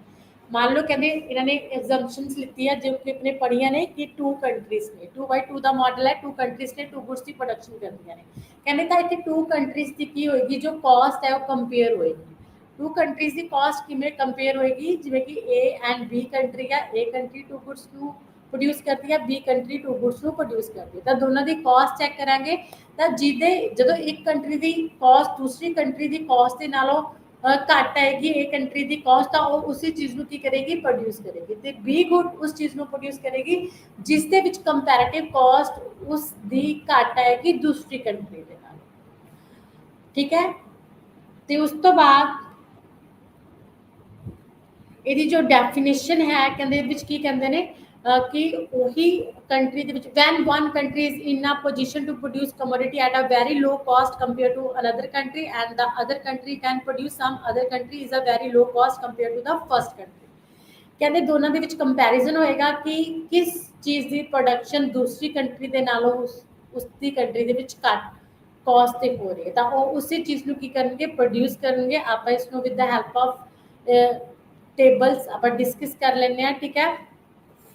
Absolute difference in cost, ਜਿਵੇਂ ਕਿ ਤੁਸੀਂ ਇੱਥੇ ਦੇਖ ਸਕਦੇ ਹੋ 1 days productions of ones labour. ਕਹਿੰਦੇ ਇੱਥੇ ਇੱਕ ਦਿਨ ਦੀ ਪ੍ਰੋਡਕਸ਼ਨ ਦਿਖਾਈ ਗਈ ਹੈ ਜਿਹਦੇ ਵਿੱਚ ਸਿਰਫ ਇੱਕ ਲੇਬਰ ਹੀ ਕੀ ਕੀਤੀ ਗਈ ਹੈ, ਯੂਜ਼ ਕੀਤੀ ਗਈ ਹੈ। ਇੱਕ ਲੇਬਰ ਤੇ ਇੱਕ ਦਿਨ ਦੀ ਪ੍ਰੋਡਕਸ਼ਨ, ਤਾਂ ਤੁਸੀਂ ਟੇਬਲ ਦੇ ਵਿੱਚ ਦੇਖ ਸਕਦੇ ਹੋ ਕਿ ਫਰਸਟ ਕਾਲਮ ਦੇ ਵਿੱਚ ਕੰਟਰੀਜ਼ ਦੱਸੀ ਗਈਆਂ ਨੇ। 2 ਕੰਟਰੀਜ਼ ਨੇ, 2x2 ਦਾ ਮਾਡਲ ਹੈ। 2 ਕੰਟਰੀਜ਼ ਇੰਡੀਆ ਐਂਡ ਨੇਪਾਲ ਹੈ, ਤੇ 2 ਗੁੱਡਸ ਨੇ। 2 ਗੁੱਡਸ ਦੀ ਪ੍ਰੋਡਕਸ਼ਨ ਹੋ ਰਹੀ ਹੈ ਦੋਨਾਂ ਦੇ ਵਿੱਚ, rice and wheat. Rice and wheat 2 goods ਜੋ ਕੰਟਰੀ ਇੰਡੀਆ ਵੀ ਪ੍ਰੋਡਿਊਸ ਕਰ ਸਕਦੀ ਹੈ, ਨੇਪਾਲ ਵੀ ਪ੍ਰੋਡਿਊਸ ਕਰ ਸਕਦੀ ਹੈ। ਤਾਂ ਦੇਖੋ ਇੱਥੇ ਪ੍ਰੋਡਕਸ਼ਨ ਬਿਫੋਰ ਇੰਟਰਨੈਸ਼ਨਲ ਟ੍ਰੇਡ। ਕਹਿੰਦੀ ਜਦੋਂ ਇੰਟਰਨੈਸ਼ਨਲ ਟ੍ਰੇਡ ਨਹੀਂ ਹੋ ਰਹੀ ਤਾਂ ਇਹ 2 ਕੰਟਰੀਜ਼ ਕਿਸ ਤਰ੍ਹਾਂ ਪ੍ਰੋਡਕਸ਼ਨ ਕਰਦੀਆਂ ਨੇ। ਤਾਂ ਤੁਸੀਂ ਦੇਖ ਸਕਦੇ ਹੋ ਕਿ ਰਾਈਸ ਦੀ ਜਿਹੜੀ ਪ੍ਰੋਡਕਸ਼ਨ ਹੈ ਉਹ ਇੰਡੀਆ ਦੇ ਵਿੱਚ 2 ਹੋ ਰਹੀ ਹੈ ਐਂਡ ਨੇਪਾਲ ਦੇ ਵਿੱਚ 4 ਹੋ ਰਹੀ ਹੈ। ਨੇਪਾਲ ਦੇ ਵਿੱਚ ਇੰਡੀਆ ਦੇ ਨਾਲੋਂ ਰਾਈਸ ਦੀ ਪ੍ਰੋਡਕਸ਼ਨ ਕੀ ਹੈ, ਜ਼ਿਆਦਾ ਹੈ। ਐਂਡ ਵੀਟ ਦੀ ਜਿਹੜੀ ਪ੍ਰੋਡਕਸ਼ਨ ਹੈ ਉਹ ਇੰਡੀਆ ਦੇ ਵਿੱਚ 4 ਹੋ ਰਹੀ ਹੈ ਐਂਡ ਨੇਪਾਲ ਦੇ ਵਿੱਚ 2 ਹੋ ਰਹੀ ਹੈ। ਮਤਲਬ ਜਿਹੜੀ ਇੰਡੀਆ ਹੈ ਉਹਦੇ ਵਿੱਚ ਵੀਟ ਦੀ ਪ੍ਰੋਡਕਸ਼ਨ ਨੇਪਾਲ ਦੇ ਨਾਲੋਂ ਜ਼ਿਆਦਾ ਹੈ। ਤਾਂ ਤੁਸੀਂ ਇੱਥੇ ਦੇਖ ਸਕਦੇ ਹੋ ਕਿ ਇਸ ਤਰ੍ਹਾਂ ਜਿਹੜੀ ਪ੍ਰੋਡਕਸ਼ਨ ਹੈ ਪਹਿਲਾਂ ਇੰਟਰਨੈਸ਼ਨਲ ਟ੍ਰੇਡ ਤੋਂ ਬਾਅਦ ਹੋ ਰਹੀ ਹੈ। 2 ਇੰਡੀਆ ਦੇ ਵਿੱਚ rice the production and wheat the 4 means India ਦੇ ਵਿੱਚ ਰਾਈਸ ਦੇ ਨਾਲੋਂ ਵੀਟ ਦੀ ਪ੍ਰੋਡਕਸ਼ਨ ਜ਼ਿਆਦਾ, ਐਂਡ ਨੇਪਾਲ ਦੇ ਵਿੱਚ 4 rice the and 2 wheat the production. ਤਾਂ ਫਿਰ ਇੱਥੇ ਕੀ ਹੈ, ਇੱਥੇ ਆਪਾਂ ਕੀ ਕਰ ਸਕਦੇ ਹਾਂ, ਕਿਉਂਕਿ 2 ਕੰਟਰੀਜ਼ ਨੇ, 2 ਕੰਟਰੀ ਦੇ ਵਿੱਚ ਕੀ ਆ, ਆਪਾਂ ਅਗਰ ਕਹਿੰਦੇ ਰਾਈਸ ਦੀ ਪ੍ਰੋਡਕਸ਼ਨ ਪ੍ਰੋਡਿਊਸ ਕਰ ਰਹੇ ਆ ਇੰਡੀਆ ਦੇ ਵਿੱਚ, ਅਗਰ 2 ਮੈਂ ਰਾਈਸ ਪ੍ਰੋਡਿਊਸ ਕਰ ਰਹੀ ਹਾਂ ਤਾਂ 4 ਵੀਟ ਪ੍ਰੋਡਿਊਸ ਕਰ ਰਹੀ ਹਾਂ, ਤਾਂ ਇਹ ਹੋ ਸਕਦਾ ਹੈ ਕਿ ਮੈਂ ਰਾਈਸ ਦੀ ਜਗ੍ਹਾ ਤੇ ਵੀਟ ਹੀ ਪ੍ਰੋਡਿਊਸ ਕਰਾਂ, ਕਿਉਂਕਿ ਜੋ ਰਾਈਸ ਤੇ ਵੀਟ ਦੀ ਰੇਸ਼ੋ ਹੈ 1:2 ਹੈ। ਮੈਂ 1 ਕੁਆਂਟਲ ਰਾਈਸ ਦੇ ਬਦਲੇ 2 ਕੁਆਂਟਲ ਜਿਹੜੀ ਵੀਟ ਹੈ ਉਹਨੂੰ ਪ੍ਰੋਡਿਊਸ ਕਰ ਸਕਦੀ ਹਾਂ, ਠੀਕ ਹੈ। ਤੇ ਇਸੇ ਤਰ੍ਹਾਂ ਰਾਈਸ ਦੀ ਪ੍ਰੋਡਕਸ਼ਨ ਨੇਪਾਲ ਦੇ ਵਿੱਚ ਜ਼ਿਆਦਾ ਹੈ ਤੇ ਵੀਟ ਦੀ ਘੱਟ ਹੈ। ਮੈਂ 1 ਕੁਆਂਟਲ ਵੀਟ ਦੇ ਬਦਲੇ 2 ਕੁਆਂਟਲ ਜਿਹੜੀ ਰਾਈਸ ਹੈ ਉਹਨੂੰ ਪ੍ਰੋਡਿਊਸ ਕਰ ਸਕਦੀ ਹਾਂ, ਕਿਉਂਕਿ 1:2। ਐਂਡ ਉਸ ਤੋਂ ਬਾਅਦ ਪ੍ਰੋਡਕਸ਼ਨ ਆਫਟਰ ਇੰਟਰਨੈਸ਼ਨਲ ਟ੍ਰੇਡ। ਫਿਰ ਇੰਟਰਨੈਸ਼ਨਲ ਟ੍ਰੇਡ ਤੋਂ ਬਾਅਦ ਕੀ ਹੋਇਆ, ਜਿਹੜਾ ਹੈ ਰਾਈਸ ਇੰਡੀਆ ਨੇ ਪ੍ਰੋਡਿਊਸ ਕਰਨਾ ਬੰਦ ਕਰ ਦਿੱਤਾ। ਉਹਨੇ ਹੁਣ ਉਹ 2 ਜਿਹੜੀ ਹੈ ਲੇਬਰ, ਆਪਣੀ ਜੋ ਲੇਬਰ ਲੱਗ ਰਹੀ ਸੀ ਰਾਈਸ ਦੀ ਪ੍ਰੋਡਕਸ਼ਨ ਤੇ, ਉਹਨੇ ਵੀਟ ਦੀ ਪ੍ਰੋਡਕਸ਼ਨ ਤੇ ਲਗਾਈ, ਠੀਕ ਹੈ। ਤਾਂ ਵੀਟ ਦੀ ਪ੍ਰੋਡਕਸ਼ਨ ਕਿੰਨੀ ਹੋਗੀ, 8 ਹੋਗੀ, ਜਦਕਿ ਉਹਨੇ ਘੱਟ ਕਿੰਨਾ ਕੀਤਾ, 2 ਕੁਆਂਟਲ, ਐਂਡ ਪ੍ਰੋਡਕਸ਼ਨ ਕਿੰਨੀ ਇਨਕਰੀਜ਼ ਹੋਈ, 4 ਕੁਆਂਟਲ ਵੀਟ ਦੀ, ਉਹੀ ਸੇਮ ਕਾਸਟ ਤੇ। ਐਂਡ ਉਸ ਤੋਂ ਬਾਅਦ ਨੇਪਾਲ ਦੇ ਵਿੱਚ ਕੀ ਹੋਇਆ, ਨੇਪਾਲ ਦੇ ਵਿੱਚ ਉਹਨਾਂ ਨੇ ਕੀ ਕੀਤਾ, ਵੀਟ ਦੀ ਜਗ੍ਹਾ ਤੇ ਰਾਈਸ ਦੀ ਪ੍ਰੋਡਕਸ਼ਨ ਇਨਕਰੀਜ਼ ਕੀਤੀ। ਤਾਂ ਉਹਨਾਂ ਨੇ ਵੀਟ ਨੂੰ ਜ਼ੀਰੋ ਪ੍ਰੋਡਿਊਸ ਕੀਤਾ, ਜਿਹੜੀ ਫਿਰ 2 ਪ੍ਰੋਡਕਸ਼ਨ ਹੋ ਰਹੀ ਸੀ ਉਹਦੀ ਜਗ੍ਹਾ ਤੇ ਉਹਨਾਂ ਨੇ ਵੀਟ ਦੀ 4 ਰਾਈਸ ਦੀ 4 ਪ੍ਰੋਡਕਸ਼ਨ ਕੀਤੀ। ਤਾਂ ਦੇਖੋ ਇੱਥੇ ਲਾਸ ਤੇ ਗੇਨ ਤੁਸੀਂ ਦੇਖ ਸਕਦੇ ਹੋ, ਕੰਪੈरेटिव ਲਾਸ ਐਂਡ ਗੇਨ ਦੇਖ ਸਕਦੇ ਹੋ ਤੁਸੀਂ। ਰਾਈਸ ਦੀ ਇੰਡੀਆ ਨੇ ਰਾਈਸ ਦੇ 2 ਕੁਆਂਟਲ ਘਟਾਉਣ ਦੇ ਬਦਲੇ 4 ਕੁਆਂਟਲ ਵੀਟ ਕੀਆ ਪ੍ਰੋਡਿਊਸ ਕੀਤੀ। ਤਾਂ ਇੱਥੇ ਲਾਸ ਆ ਜਿਹੜਾ -2 ਹੈ ਰਾਈਸ ਦੇ ਵਿੱਚ, ਲੇਕਿਨ ਜਿਹੜਾ ਗੇਨ ਹੈ ਵੀਟ ਦੇ ਵਿੱਚ ਇਹ ਕੀ ਆ, +4 ਹੈ। ਇਸੇ ਤਰ੍ਹਾਂ ਨੇਪਾਲ ਦੇ ਵਿੱਚ ਜੋ ਹੈ ਗੇਨ ਉਹ +4 ਹੈ, 4 to 8 ਕੁਆਂਟਲ ਪ੍ਰੋਡਿਊਸ ਹੋਈ ਹੈ। ਐਂਡ ਵੀਟ ਦੇ ਵਿੱਚ ਰਾਈਸ ਕਿੰਨਾ ਹੈ, -2 -2 ਨੇਪਾਲ ਨੇ ਵੀਟ ਘਟਾ ਕੇ 4 ਕੁਆਂਟਲ ਜਿਹੜੀ ਆਪਣੀ ਰਾਈਸ ਹੈ, ਡਬਲ ਰਾਈਸ ਹੈ, ਉਹ ਕੀ ਕੀਤਾ, ਇਨਕਰੀਜ਼ ਕੀਤਾ। ਤਾਂ ਇਹ ਕੰਟਰੀਜ਼ ਕੀ ਡਿਸੀਜ਼ਨਸ ਲੈਣਗੀਆਂ, ਅਗਰ ਕਹਿੰਦੇ ਇੰਡੀਆ ਰਾਈਸ ਦੀ ਜਗ੍ਹਾ ਤੇ ਵੀਟ ਪ੍ਰੋਡਿਊਸ ਕਰੇ ਤਾਂ ਉਹਦੀ ਪ੍ਰੋਡਕਸ਼ਨ ਵੀ ਜ਼ਿਆਦਾ ਹੋਏਗੀ ਤੇ ਉਹ ਉਸ ਪ੍ਰੋਡਕਸ਼ਨ ਤੋਂ ਜੋ ਐਕਸਪੋਰਟ ਕਰੇਗਾ ਉਹਦੇ ਬਦਲੇ ਦੂਸਰੀ ਕੰਟਰੀ ਤੋਂ ਇੰਪੋਰਟ ਵੀ ਕਰ ਸਕਦਾ ਰਾਈਸ। ਤਾਂ ਉਹ ਕੀ ਕਰੇਗਾ, ਰਾਈਸ ਨੂੰ ਇੰਪੋਰਟ ਕਰੇਗਾ ਐਂਡ ਵੀਟ ਨੂੰ ਐਕਸਪੋਰਟ ਕਰੇਗਾ। ਇਸੇ ਤਰ੍ਹਾਂ ਜਿਹੜੀ ਆਪਣਾ ਨੇਪਾਲ ਹੈ ਉਹਨੂੰ ਰਾਈਸ ਦੀ ਜਿਹੜਾ ਹੈ ਪ੍ਰੋਡਕਸ਼ਨ ਦੇ ਵਿੱਚ ਐਬਸੋਲੂਟ ਕੀ ਹੈ, ਐਡਵਾਂਟੇਜ ਹੈ ਵੀਟ ਦੀ ਪ੍ਰੋਡਕਸ਼ਨ ਦੇ ਨਾਲੋਂ। ਤਦੋਂ ਵੀਟ ਦੇ ਨਾਲੋਂ ਰਾਈਸ ਦੀ ਪ੍ਰੋਡਕਸ਼ਨ ਕਰੇਗਾ, ਉਹ ਰਾਈਸ ਨੂੰ ਕੀ ਕਰੇਗਾ, ਐਕਸਪੋਰਟ ਕਰੇਗਾ ਐਂਡ ਉਹਦੇ ਬਦਲੇ ਵੀਟ ਨੂੰ ਕੀ ਕਰੇਗਾ, ਇੰਪੋਰਟ ਕਰੇਗਾ। ਇਸੇ ਤਰ੍ਹਾਂ ਜੋ ਹੈ ਐਬਸੋਲੂਟ ਡਿਫਰੈਂਸ ਇਨ ਕਾਸਟ ਦੇ ਵਿੱਚ ਡਿਫਰੈਂਸ ਹੋਣ ਕਰਕੇ ਦੋਨੋਂ ਜਿਹੜੀਆਂ ਕੰਟਰੀਜ਼ ਨੇ ਆਪਸ ਦੇ ਵਿੱਚ ਜਿਹੜੀ ਹੈ ਰਾਈਸ ਐਂਡ ਵੀਟ ਦੋਨਾਂ ਦੀ ਐਕਸਚੇਂਜ ਕਰਨਗੇ, ਨੇਪਾਲ ਐਂਡ ਇੰਡੀਆ। ਤਾਂ ਕਹਿੰਦੇ ਹਰ ਇੱਕ ਕੰਟਰੀ ਉਹੀ ਚੀਜ਼ ਦੀ ਪ੍ਰੋਡਕਸ਼ਨ ਕਰੇਗੀ ਜਿਹਦੇ ਵਿੱਚ ਉਹਦੀ ਕਾਸਟ ਘੱਟ ਆ ਰਹੀ ਹੈ, ਪ੍ਰੋਡਕਸ਼ਨ ਜ਼ਿਆਦਾ ਆ ਰਹੀ ਹੈ। ਤਾਂ ਇੰਡੀਆ ਦੇ ਵਿੱਚ ਰਾਈਸ ਦੇ ਨਾਲੋਂ ਵੀਟ ਤੇ ਇਨਵੈਸਟ ਕਰਨ ਦੇ ਵਿੱਚ ਬੈਨੀਫਿਟ ਹੈ। ਤਾਂ ਵੀਟ ਨੂੰ ਆਪਾਂ ਐਕਸਪੋਰਟ ਕਰਾਂਗੇ, ਉਹਦੀ ਪ੍ਰੋਡਕਸ਼ਨ ਕਰਾਂਗੇ, ਸਾਰੇ ਵੀਟ ਨੂੰ ਹੀ ਪ੍ਰੋਡਿਊਸ ਕਰਾਂਗੇ। ਰਾਈਸ ਨੂੰ ਆਪਾਂ ਇੰਪੋਰਟ ਕਰਾਂਗੇ। ਨੇਪਾਲ ਦੇ ਵਿੱਚ ਆਪਾਂ ਰਾਈਸ ਦੀ ਪ੍ਰੋਡਕਸ਼ਨ ਕਰਾਂਗੇ ਕਿਉਂਕਿ ਰਾਈਸ ਦੀ ਕੁਆਂਟੀਟੀ ਜ਼ਿਆਦਾ ਹੈ, ਰਾਈਸ ਦੀ ਪ੍ਰੋਡਕਸ਼ਨ ਜ਼ਿਆਦਾ ਹੈ ਵੀਟ ਦੇ ਨਾਲੋਂ, ਤੇ ਕਾਸਟ ਘੱਟ ਹੈ। ਠੀਕ ਹੈ, ਤੇ ਸਰਪਲਸ ਵੀ ਹੋ ਰਿਹਾ ਹੈ। 2 ਰਾਈਸ ਘਟਾਉਣ ਦੇ ਨਾਲ ਇੰਡੀਆ ਨੂੰ ਉਹਦੀ ਜਗ੍ਹਾ ਤੇ 4 ਕੁਇੰਟਲ 4 ਪਲੱਸ ਹੋ ਰਿਹਾ ਹੈ, ਸਰਪਲਸ ਜਨਰੇਟ ਹੋ ਗਿਆ ਹੈ। ਇਸੇ ਤਰ੍ਹਾਂ -2 ਵੀਟ ਘਟਾਉਣ ਤੇ +4 ਨੇਪਾਲ ਨੂੰ ਰਾਈਸ ਦੇ ਵਿੱਚ ਸਰਪਲਸ ਹੋ ਰਿਹਾ। ਤਾਂ ਦੇਖੋ ਰਾਈਸ ਦੀ ਕੁਆਂਟੀਟੀ ਜੋ ਪਹਿਲਾਂ 6 ਪ੍ਰੋਡਿਊਸ ਹੁੰਦੀ ਸੀਗੀ ਤੇ ਵੀਟ ਦੀ ਜੋ 6 ਪ੍ਰੋਡਿਊਸ ਹੁੰਦੀ ਸੀ, ਹੁਣ ਉਹ ਟੋਟਲ ਜਿਹੜੀ ਕੁਆਂਟੀਟੀ ਹੈ ਦੋਨਾਂ ਕੰਟਰੀਜ਼ ਦੇ ਵਿੱਚ 8 ਪ੍ਰੋਡਿਊਸ ਹੋ ਰਹੀ ਹੈ। ਦੋਨਾਂ ਕੰਟਰੀਜ਼ ਦੇ ਵਿੱਚ rice and wheat the production ਕੀ ਹੈ, ਇਨਕਰੀਜ਼ ਹੋ ਰਹੀ ਹੈ, ਕਿਉਂਕਿ 1 ਕੁਆਂਟਲ ਦੇ ਮਗਰ ਆਪਾਂ ਜੇ ਮਾਈਨਸ ਕਰੀਏ ਤਾਂ 2 ਕੁਆਂਟਲ ਆਪਾਂ ਨੂੰ ਮਿਲ ਰਹੇ ਨੇ, ਜਦਕਿ ਲੇਬਰ ਹੈ ਜਿਹੜੀ ਉਹ ਸੇਮ ਯੂਜ਼ ਕੀਤੀ ਜਾ ਰਹੀ ਹੈ। ਤਾਂ ਇਸ ਤਰ੍ਹਾਂ ਇਸ ਰੀਜ਼ਨ ਕਰਕੇ ਜਿਹੜੀਆਂ 2 ਕੰਟਰੀਜ਼ ਨੇ ਉਹਨਾਂ ਦੇ ਵਿੱਚ ਕੀ ਹੁੰਦੀ ਹੈ, ਐਕਸਚੇਂਜ ਹੁੰਦੀ ਆ, ਕਿਉਂਕਿ ਹਰ ਇੱਕ ਕੰਟਰੀ ਜਿਸ ਚੀਜ਼ ਤੇ ਉਹਦੀ ਕਾਸਟ ਘੱਟ ਆ ਰਹੀ ਹੈ ਉਹਨੂੰ ਜ਼ਿਆਦਾ ਪ੍ਰੋਡਿਊਸ ਕਰੇਗੀ, ਤੇ ਜਿਸ ਤੇ ਜ਼ਿਆਦਾ ਕਾਸਟ ਆ ਰਹੀ ਹੈ ਉਹਨੂੰ ਆਪਣੀ ਕੰਟਰੀ ਦੇ ਵਿੱਚ ਪ੍ਰੋਡਿਊਸ ਕਰਨ ਦੀ ਬਜਾਏ ਦੂਸਰੀ ਕੰਟਰੀ ਤੋਂ ਕੀ ਕਰੇਗੀ, ਇੰਪੋਰਟ ਕਰੇਗੀ, ਕਿਉਂਕਿ ਉਸ ਨੂੰ ਉਸ ਦੇ ਵਿੱਚ ਕੀ ਆ,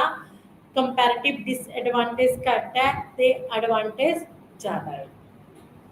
ਤਾਂ ਇਹ ਸੀਗਾ ਆਪਣਾ ਐਬਸੋਲੂਟ ਡਿਫਰੈਂਸ ਇਨ ਕਾਸਟ ਦੇ ਵਿੱਚ ਡਿਫਰੈਂਸ ਹੋਣ ਕਰਕੇ, ਪ੍ਰੋਡਕਟਸ ਦੀ ਕਾਸਟ ਦੇ ਵਿੱਚ ਡਿਫਰੈਂਸ ਹੋਣ ਕਰਕੇ ਜੋ ਵੀ ਐਕਸਚੇਂਜ ਹੈ ਟੂ ਗੁੱਡਸ ਦੇ ਵਿੱਚ ਉਹ ਹੁੰਦੀ ਆ। ਤੁਸੀਂ ਇੱਥੇ ਦੇਖ ਸਕਦੇ ਹੋ production possibility curve. Production possibility curve ਦੇਖ ਸਕਦੇ ਹੋ। ਪ੍ਰੋਡਕਸ਼ਨ ਪੋਸੀਬਿਲਿਟੀ ਕਰਵ 2 ਕੰਟਰੀਜ਼ ਦੀ ਆ, ਇੰਡੀਆ ਐਂਡ ਨੇਪਾਲ ਦੀ ਆ। ਠੀਕ ਹੈ, ਤੇ 2 ਗੁੱਡਸ ਦੀ ਪ੍ਰੋਡਕਸ਼ਨ ਹੋ ਰਹੀ ਹੈ, rice and wheat the production ਹੋ ਰਹੀ ਹੈ। ਉਹ ਐਕਸ ਅਕਸ ਤੇ ਵੀਟ ਲਿੱਤੀ ਹੋਈ ਹੈ ਤੇ ਉਹ ਵਾਈ ਐਕਸਿਸ ਤੇ ਰਾਈਸ ਦੀ ਕੁਆਂਟੀਟੀ ਸ਼ੋ ਹੋ ਰਹੀ ਹੈ। ਤੇ ਜਿਹੜੀ ਏਵੀ ਹੈ, ਏਵੀ ਪ੍ਰੋਡਕਸ਼ਨ ਪੋਸੀਬਿਲਿਟੀ ਕਰਵ ਹੈ, ਪੀਪੀਸੀ ਕਰਵ ਹੈ, ਉਹ ਕਿਸ ਦੀ ਹੈ, ਨੇਪਾਲ ਦੀ ਹੈ। ਤੇ ਜਿਹੜੀ ਏਸੀ ਪੀਪੀਸੀ ਕਰਵ ਹੈ ਉਹ ਕਿਸ ਦੀ ਆ, ਇੰਡੀਆ ਦੀ ਆ।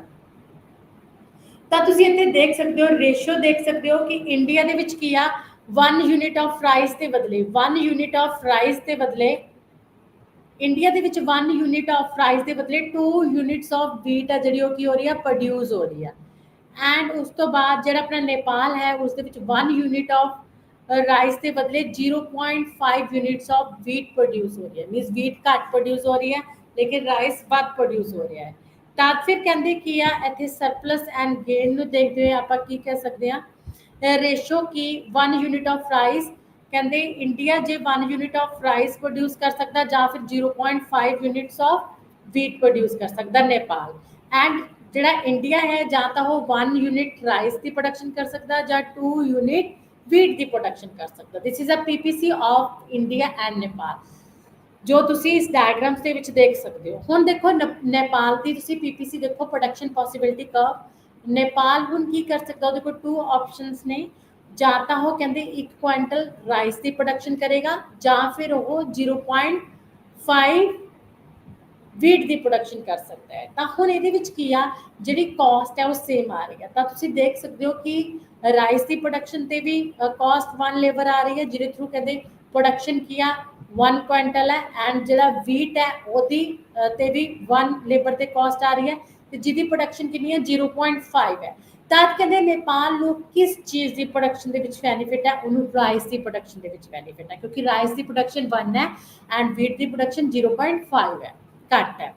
ਲੇਕਿਨ ਉਸ ਤੋਂ ਬਾਅਦ ਅਗਰ ਤੁਸੀਂ ਦੇਖ ਸਕਦੇ ਹੋ ਇੰਡੀਆ ਨੂੰ, ਇੰਡੀਆ ਦੀ ਪੀਪੀਸੀ ਕਰਵ ਕੀ ਸ਼ੋ ਕਰ ਰਹੀ ਆ, ਜਾਂ ਤਾਂ 1 ਕਹਿੰਦੇ ਰਾਈਸ ਦੀ ਪ੍ਰੋਡਕਸ਼ਨ ਕਰ ਸਕਦੀ ਹੈ ਜਾਂ 2 ਉਹ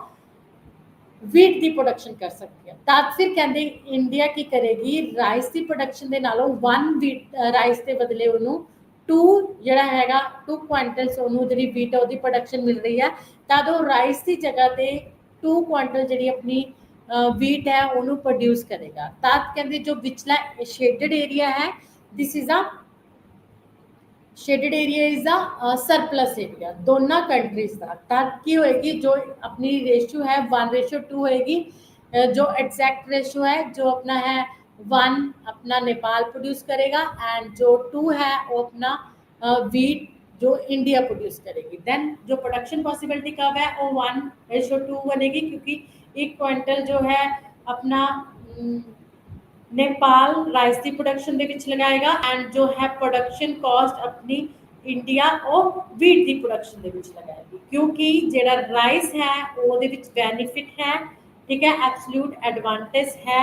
ਨੇਪਾਲ ਨੂੰ ਤੇ ਵੀਟ ਦੀ ਪ੍ਰੋਡਕਸ਼ਨ ਦੇ ਵਿੱਚ ਹੈ ਐਬਸੋਲੂਟ ਐਡਵਾਂਟੇਜ ਇੰਡੀਆ ਨੂੰ ਠੀਕ ਹੈ ਤਾਂ ਕਾਸਟ ਨੂੰ ਦੇਖਦੇ ਹੋਏ ਪ੍ਰੋਡਕਸ਼ਨ ਨੂੰ ਦੇਖਦੇ ਹੋਏ ਦੋਵੇਂ ਹੀ ਕੰਟਰੀਆਂ ਨੇ ਜੋ ਇਸ ਤਰ੍ਹਾਂ ਕੀ ਕਰਨਗੀਆਂ ਡਿਸੀਜਨਸ ਲੈਣਗੀਆਂ ਇੰਡੀਆ ਵੀਟ ਦੀ ਪ੍ਰੋਡਕਸ਼ਨ ਕਰਕੇ ਵੀਟ ਨੂੰ मान लो टू कंट्रीज में ए एंड बी ठीक है Nepal is A country and India is a B country तो हुण की करेगा इंडिया नेपाल नू वीट एक्सपोर्ट करेगा एंड राइस इंपोर्ट करेगा एंड फिर जो है नेपाल अपना और राइस नू एक्सपोर्ट करेगा इंडिया दे विच ते वीट नू की करेगा इंपोर्ट करेगा यही रीजन है cost comparative cost and absolute cost ਤੇ ਪ੍ਰੋਡਕਸ਼ਨ ਦਾ ਠੀਕ ਹੈ ਕਿ ਕਿਸ ਚੀਜ਼ ਤੇ ਕਾਸਟ ਜ਼ਿਆਦਾ ਹੈ ਕਿਸ ਤੇ ਘੱਟ ਕਹਿੰਦੇ ਹਰ ਇੱਕ ਕੰਟਰੀ ਉਸੇ ਚੀਜ਼ ਦੇ ਵਿੱਚ ਜ਼ਿਆਦਾ ਪ੍ਰੋਡਕਸ਼ਨ ਲਗਾਏਗੀ ਇਨਵੈਸਟਮੈਂਟ ਲਗਾਏਗੀ ਜਿਸ ਚੀਜ਼ ਤੇ ਉਹਦੀ ਕਾਸਟ ਕੀ ਹੋ ਰਹੀ ਹੈ ਘੱਟ ਤੋਂ ਘੱਟ ਆ ਰਹੀ ਹੈ ਜਿਸ ਦੇ ਵਿੱਚ ਉਹਨੂੰ ਕੀ ਹੈ ਕਾਸਟ ਡਿਫਰੈਂਸ ਹੋਣ ਦੇ ਕਾਰਨ ਰਿਸੋਰਸਿਸ ਹੋਣ ਦੇ ਕਾਰਨ ਠੀਕ ਹੈ ਐਡਵਾਂਟੇਜ ਮਿਲ ਰਹੇ ਨੈਕਸਟ ਇਜ਼ ਹੈ ਕੰਪੈरेटिव ਡਿਫਰੈਂਸ ਇਨ ਕਾਸਟ ਕਹਿੰਦੇ ਦੋ ਕੰਟਰੀਜ਼ ਦੇ ਵਿੱਚ ਐਕਸਚੇਂਜ ਹੋਣ ਦਾ ਮੇਨ ਰੀਜ਼ਨ ਕੀ ਆ ਕੰਪੈरेटिव ਕਾਸਟ ਇਨ ਡਿਫਰੈਂਸ ਕੰਪੇਅਰ ਕਰਨਾ ਟੂ ਕੰਟਰੀਜ਼ ਦੇ ਕਾਸਟ ਨੂੰ ਤੇ ਉਹਨਾਂ ਦੇ ਡਿਫਰੈਂਸ ਨੂੰ ਚੈੱਕ ਕਰਨਾ ਉਹਨਾਂ ਦੇ ਥਰੂ ਵੀ ਕੀ ਆ ਜੋ exchange between the international trade different countries ਹੁੰਦੀ ਆ ਸਭ ਤੋਂ ਪਹਿਲਾਂ ਦੇਖੋ comparative difference in cost according to Ricardo David Ricardo ਨੇ ਕੰਪੈरेटिव ਕਾਸਟ ਦਾ ਜੋ ਹੈ ਆਪਾਂ ਨੂੰ ਥਿਊਰੀ ਦਿੱਤੀ ਹੈ international trade the comparative difference in cost is the sole causes of international difference ਕਹਿੰਦੇ comparative difference ਹੁੰਦਾ cost ਦੇ ਵਿੱਚ ਇਹ main reason ਹੈ international trade the comparative difference in cost means that a country is in a position to produce both the goods at less cost than the other country ਕਹਿੰਦੇ ਕੀ ਆ ਇਹਦੇ ਵਿੱਚ ਮੰਨ ਲਓ ਕਿ ਇੱਕ ਕੰਟਰੀ ਕਹਿੰਦੇ ਕਿਸ ਪੋਜੀਸ਼ਨ ਤੇ ਹੁੰਦੀ ਆ ਉਹ ਟੂ ਗੁੱਡਸ ਦੀ ਪ੍ਰੋਡਕਸ਼ਨ ਕਰਦੀ ਆ ਕਹਿੰਦੇ ਦੋਹੇ ਜਿਹੜੀਆਂ ਗੁੱਡਸ ਨੇ ਉਹ ਉਹਨਾਂ ਨੂੰ ਦੂਸਰੀ ਬੀ ਕੰਟਰੀ ਦੇ ਨਾਲੋਂ ਲੈਸ ਰੇਟ ਤੇ ਕੀ ਆ ਪ੍ਰੋਡਿਊਸ ਕਰ ਸਕਦੀ ਆ ਦੋਨਾਂ ਦੀ ਕਾਸਟ ਕੀ ਹੈ ਲੈਸ ਹੈ ਦੂਸਰੀ ਕੰਟਰੀ ਦੇ ਨਾਲੋਂ ਕਹਿੰਦੇ yet it has greater comparative advantage in the production of one or two goods ਕਹਿੰਦੇ ਇੱਥੇ ਇਹ two goods ਤੇ ਜਿਹੜੀ ਹੈਗੀ ਆ ਪ੍ਰੋਡਕਸ਼ਨ ਦੇ ਵਿੱਚ ਉਸ ਕੰਟਰੀ A ਨੂੰ ਕੀ ਆ comparative advantage ਆ what other side किया फिर it has a less comparative advantage in production of the other goods लेकिन दूसरी ਜਿਹੜੀਆਂ goods ਨੇ ਅਗਰ ਇੱਕ ਦੇ ਵਿੱਚ ਉਹਨੂੰ ਕੀ ਆ more advantage ਆ ਤੇ ਦੂਸਰੀ ਦੇ ਵਿੱਚ less ਆ ਤਾਂ ਉਹ ਕੀ ਕਰੇਗਾ ਜਿਹੜੀ more advantage good ਆ ਉਹਨੂੰ produce ਕਰੇਗਾ ਤੇ less advantage good ਨੂੰ produce ਨਹੀਂ ਕਰੇਗਾ ਉਹਨੂੰ ਉਹ ਕੀ ਕਰੇਗਾ import ਕਰੇਗਾ ਅਗਰ ਦੋਨਾਂ ਦੇ ਵਿੱਚ ਉਹਨੂੰ ਕੀ ਆ comparative advantage ਹੈ ਅਗਰ ਦੋਨਾਂ ਦੀ production same ਹੋ ਰਹੀ ਹੈ ਤਾਂ ਉਹ decisions ਲਏਗਾ कि किस चीज़ की मैं प्रोडक्शन ज़्यादा कर रही हूँ दूसरी जो बी कंट्री है उस चीज़ के विच किस तरह की प्रोडक्शन हो रही है उस दे विच जिहड़ी मैं गुड्स की प्रोडक्शन कर रही हूँ उन्होंने विचों किहड़ी चीज़ की घट प्रोडक्शन हो रही है मैं उन्होंने ज़्यादा प्रोड्यूस करूँगा उन्होंने उत्थे की करूँगा एक्सपोर्ट करूँगा ठीक है the other country produce both the goods at a higher cost जिहड़ी अदर कंट्री आ दूसरी कंट्री आ वो दोनों गुड्स की प्रोडक्शन करती है लेकिन की करती है हायर कॉस्ट की करती है उन्होंने दोनों गुड्स की कॉस्ट की ज़्यादा आ रही है but it has less comparative disadvantage in production of one good but ਉਹਨਾਂ ਦੋਨਾਂ ਦੇ ਵਿੱਚ ਕੀ ਆ ਦੋ ਗੁੱਡਸ ਜੋ ਕੰਟਰੀ ਪ੍ਰੋਡਿਊਸ ਕਰ ਰਹੀ ਹੈ ਦੋਨਾਂ ਦੇ ਵਿੱਚੋਂ ਇੱਕ ਤੇ ਉਹਦੀ ਕਾਸਟ ਜ਼ਿਆਦਾ ਆ ਰਹੀ ਹੈ ਇੱਕ ਤੇ ਉਹਦੀ ਕਾਸਟ ਘੱਟ ਆ ਰਹੀ ਹੈ ਠੀਕ ਹੈ what it has less comparative disadvantage in production of one good here it has great comparative disadvantage in production of other goods ਕਹਿੰਦੇ ਤੇ ਦੂਸਰੀ ਦੇ ਵਿੱਚ ਕੀ ਆ comparative disadvantage ਜ਼ਿਆਦਾ ਹੈ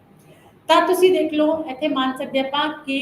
ਕੰਪੈरेटिव advantage refers to the advantage in the production of product by one country over another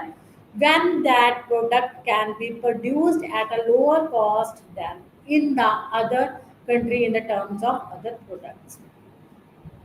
for example two countries ने A country है and B country है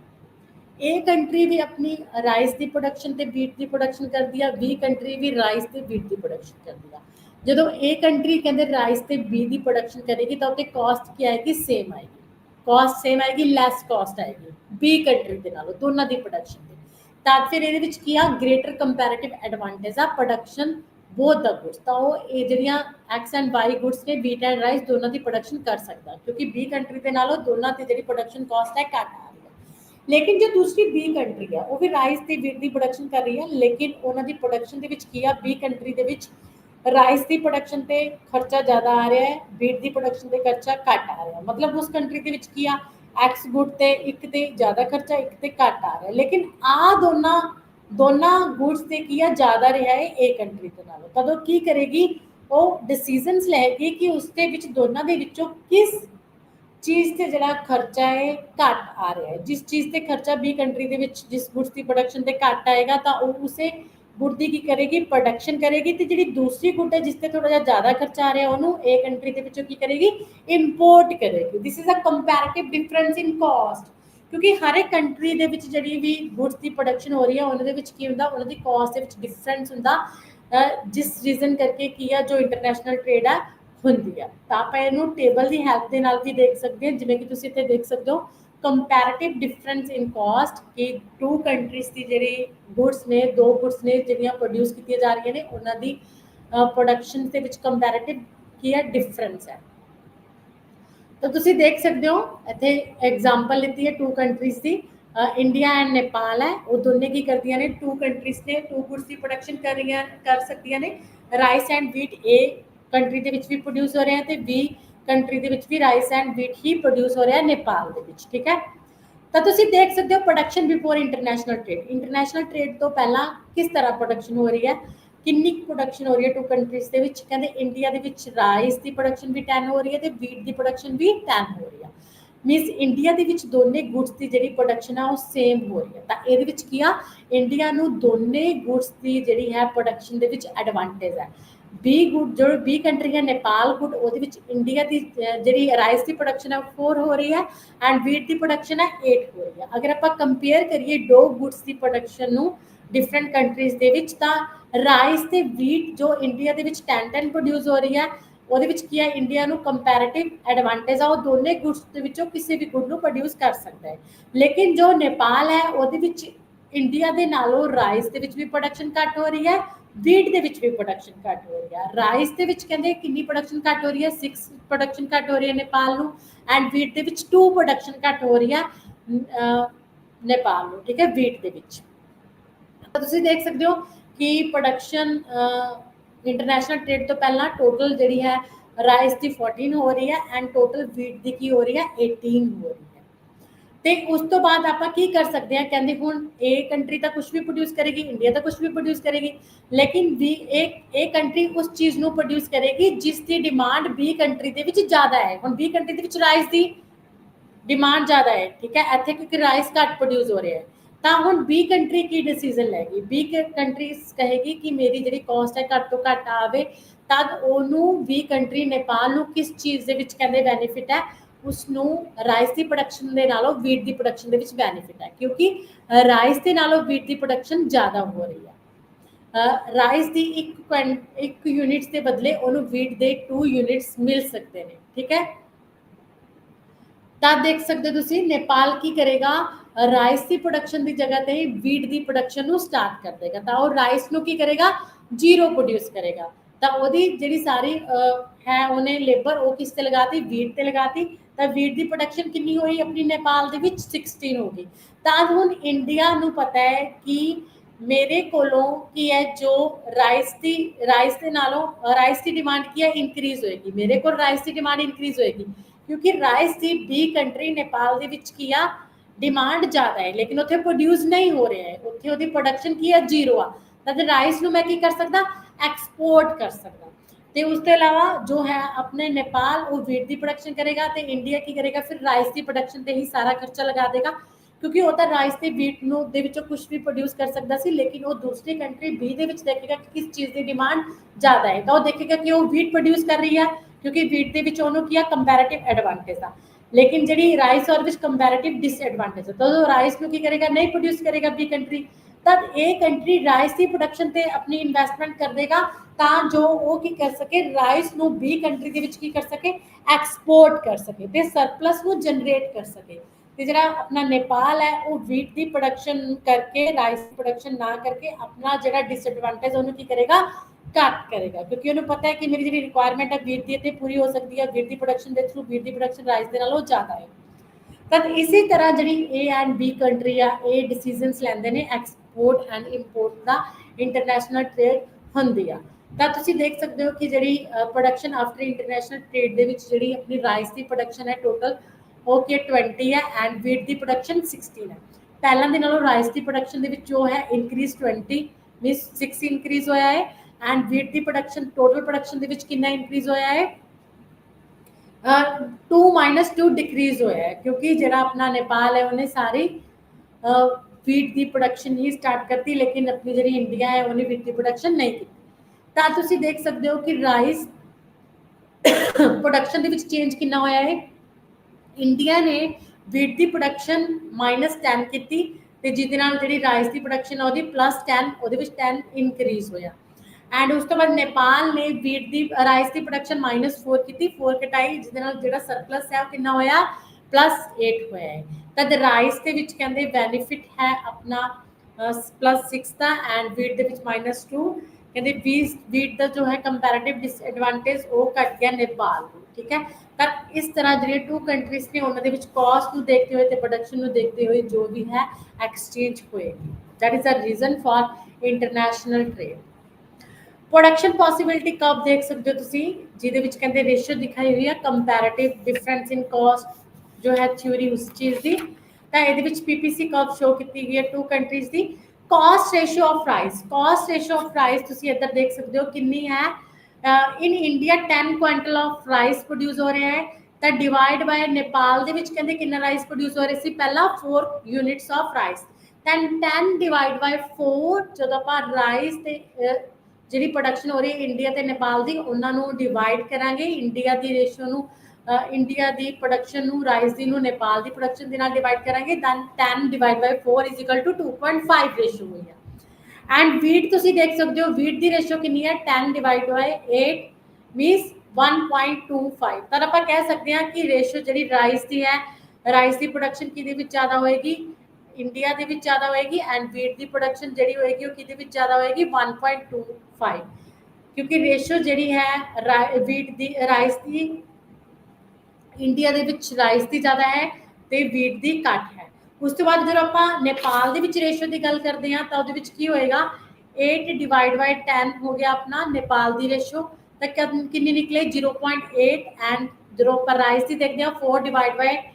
10 ਤਦ ਕਿੰਨੀ ਹੋਗੀ 0.4 ਤਦ ਕਹਿੰਦੇ ਆਪਣੀ ਜੋ ਹੈ ਨੇਪਾਲ ਉਸ ਨੂੰ ਵੀਟ ਦੀ ਪ੍ਰੋਡਕਸ਼ਨ ਦੇ ਵਿੱਚ ਬੈਨੀਫਿਟ ਹੈ ਕਿਉਂਕਿ ਵੀਟ ਦੀ ਰੇਸ਼ੋ 0.4 ਹੈ ਜਦਕਿ ਕਿੰਨੀ ਹੈ ਰਾਈਸ ਵੀਟ ਦੀ ਰੇਸ਼ੋ 0.8 ਹੈ जबकि राइस की रेशो 0.4 है।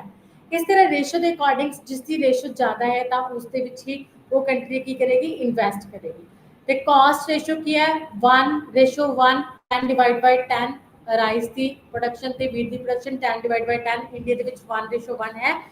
एंड जी 4 यूनिट्स ऑफ राइस की एंड 8 क्विंटल ऑफ वीट की रेशो है कॉस्ट की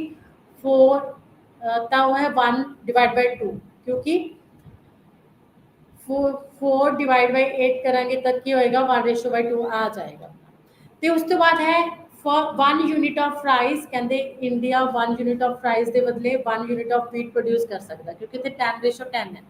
1:1 है एंड जो अपना नेपाल है वो 1 यूनिट ऑफ राइस के बदले 2 क्विंटल वीट प्रोड्यूस कर सकता है क्योंकि 1:2 है एक यूनिट अपना राइस का घटा के 2 क्विंटल जी 2 यूनिट्स ऑफ वीट आ प्रोड्यूस कर सकता है। तब ये रेशो है नेपाल की 1:2 1 राइस एंड 2 वीट की एंड इंडिया की रेशो है 1:1 इंडिया कुछ भी प्रोड्यूस कर सकता है। तब प्रोडक्शन पॉसिबिलिटी का तुम इतने देख सकते हो 1:1 this is a India's production क्योंकि इंडिया राइस भी प्रोड्यूस कर सकता है वीट भी प्रोड्यूस कर सकता वो इन दोनों के कोई भी चूज कर सकता क्योंकि वो जो है इंडिया के प्रोडक्शन हो रही है वीट ते राइस की वो इक्वल है 10 and 10 is equal to 1:1 and जो है अपना नेपाल वो राइस की प्रोडक्शन 1 है एंड वीट की प्रोडक्शन 2 है मतलब 1:2 वो 1 क्विंटल ज़्यादा राइस प्रोड्यूस कर सकता या वो बदले 2 क्विंटल वीट प्रोड्यूस कर सकता तो अपना नेपाल की प्रोड्यूस करेगा वीट प्रोड्यूस करेगा क्योंकि वीट के कंपैरेटिव डिसएडवांटेज घट है ठीक है तो एडवांटेज इंडिया की प्रोड्यूस करेगा राइस प्रोड्यूस करेगा क्योंकि उन्होंने कंपैरेटिव एडवांटेज ज़्यादा है क्योंकि वो जी है गुड्स ਦੀ ਡਿਮਾਂਡ ਨੇਪਾਲ ਦੇ ਵਿੱਚ ਰਾਈਸ ਦੀ ਕੀ ਹੋਏਗੀ, ਜ਼ਿਆਦਾ ਹੋਏਗੀ। ਤਾਂ ਕਹਿੰਦੇ ਜਿਹੜੀ ਪ੍ਰੋਡਕਸ਼ਨ ਪੋਸੀबिलिटी कर्व है 1:2 and 1:1 is a India's curve and 1:2 is a Nepals curve. तो जो बीच वाला शेडेड एरिया है वो की है अपना सरप्लस है टू कंट्रीज का। This is a comparative difference cost theory of international trade. ਇਸ ਤੋਂ ਬਾਅਦ ਕੀ ਹੈ, ਕਹਿੰਦੇ ਇੱਕ ਸੀ ਆਪਣੀ ਮਰਚੈਂਟੇਜ ਥਿਊਰੀ। ਮਰਚੈਂਟੇਜ ਥਿਊਰੀ ਸੀਗੀ, ਮਰਚੈਂਟਾਈਜ਼ ਥਿਊਰੀ ਸੀਗੀ, ਜੋ ਕਲਾਸੀਕਲ ਥਿਊਰੀ ਸੀ ਉਹ ਸਭ ਤੋਂ ਪਹਿਲਾਂ ਸੀਗੀ ਥਿਊਰੀ। ਉਹਦੇ ਵਿੱਚ ਕੀ ਹੁੰਦਾ ਸੀਗਾ, ਆਪਾਂ ਜਿਹੜਾ ਐਕਸਪੋਰਟ ਇੰਪੋਰਟ ਕਰਦੇ ਸੀ ਉਹਦੇ ਵਿੱਚ ਗੋਲਡ, ਆਪਾਂ ਨੂੰ ਗੋਲਡ ਦਾ ਲੈਣ ਦੇਣ ਹੁੰਦਾ ਸੀਗਾ। ਜਦਕਿ ਹੁਣ ਤਾਂ ਮਾਡਰਨ ਟਾਈਮ ਦੇ ਵਿੱਚ ਕਰੰਸੀ ਮਿਲਦੀ ਆਪਾਂ ਨੂੰ ਐਕਸਪੋਰਟ ਇੰਪੋਰਟ ਦੇ ਥਰੂ। ਪਹਿਲਾਂ ਕੀ ਹੁੰਦਾ ਸੀ, ਗੋਲਡ ਮਿਲਦਾ ਸੀਗਾ। ਤਦ ਕੀ ਹੁੰਦਾ ਸੀ, ਮੋਸਟਲੀ ਕਹਿੰਦੇ ਇੰਟਰਨੈਸ਼ਨਲ ਟ੍ਰੇਡ ਕੀ ਹੁੰਦੀ ਸੀ, ਗੋਲਡ ਲੈਣ ਦੇ ਲਈ ਹੁੰਦੀ ਸੀਗੀ। ਕਹਿੰਦੇ ਤਾਂ ਜੋ ਐਕਸਪੋਰਟ ਵਧਾਇਆ ਜਾਂਦਾ ਸੀ, ਤਾਂ ਜੋ ਸਾਨੂੰ ਬਹੁਤ ਬਾਹਰ ਵਾਲੀਆਂ ਜਿਹੜੀਆਂ ਫੋਰਨ ਕੰਟਰੀਜ਼ ਨੇ ਉਹਨਾਂ ਦੇ ਵਿੱਚੋਂ ਗੋਲਡ ਮਿਲ ਜਾਵੇ। ਕਹਿੰਦੇ ਪਰ ਜਿਹੜਾ ਇਹ ਸਰਪਲਸ ਸੀ, ਪਹਿਲਾਂ ਦਾ ਸਰਪਲਸ ਹੁੰਦਾ ਸੀਗਾ। ਅਗਰ ਕਹਿੰਦੇ ਐਕਸਪੋਰਟਸ ਆਪਣੇ ਜ਼ਿਆਦਾ ਹੁੰਦੇ ਸੀਗੇ ਇੰਪੋਰਟ ਤੋਂ,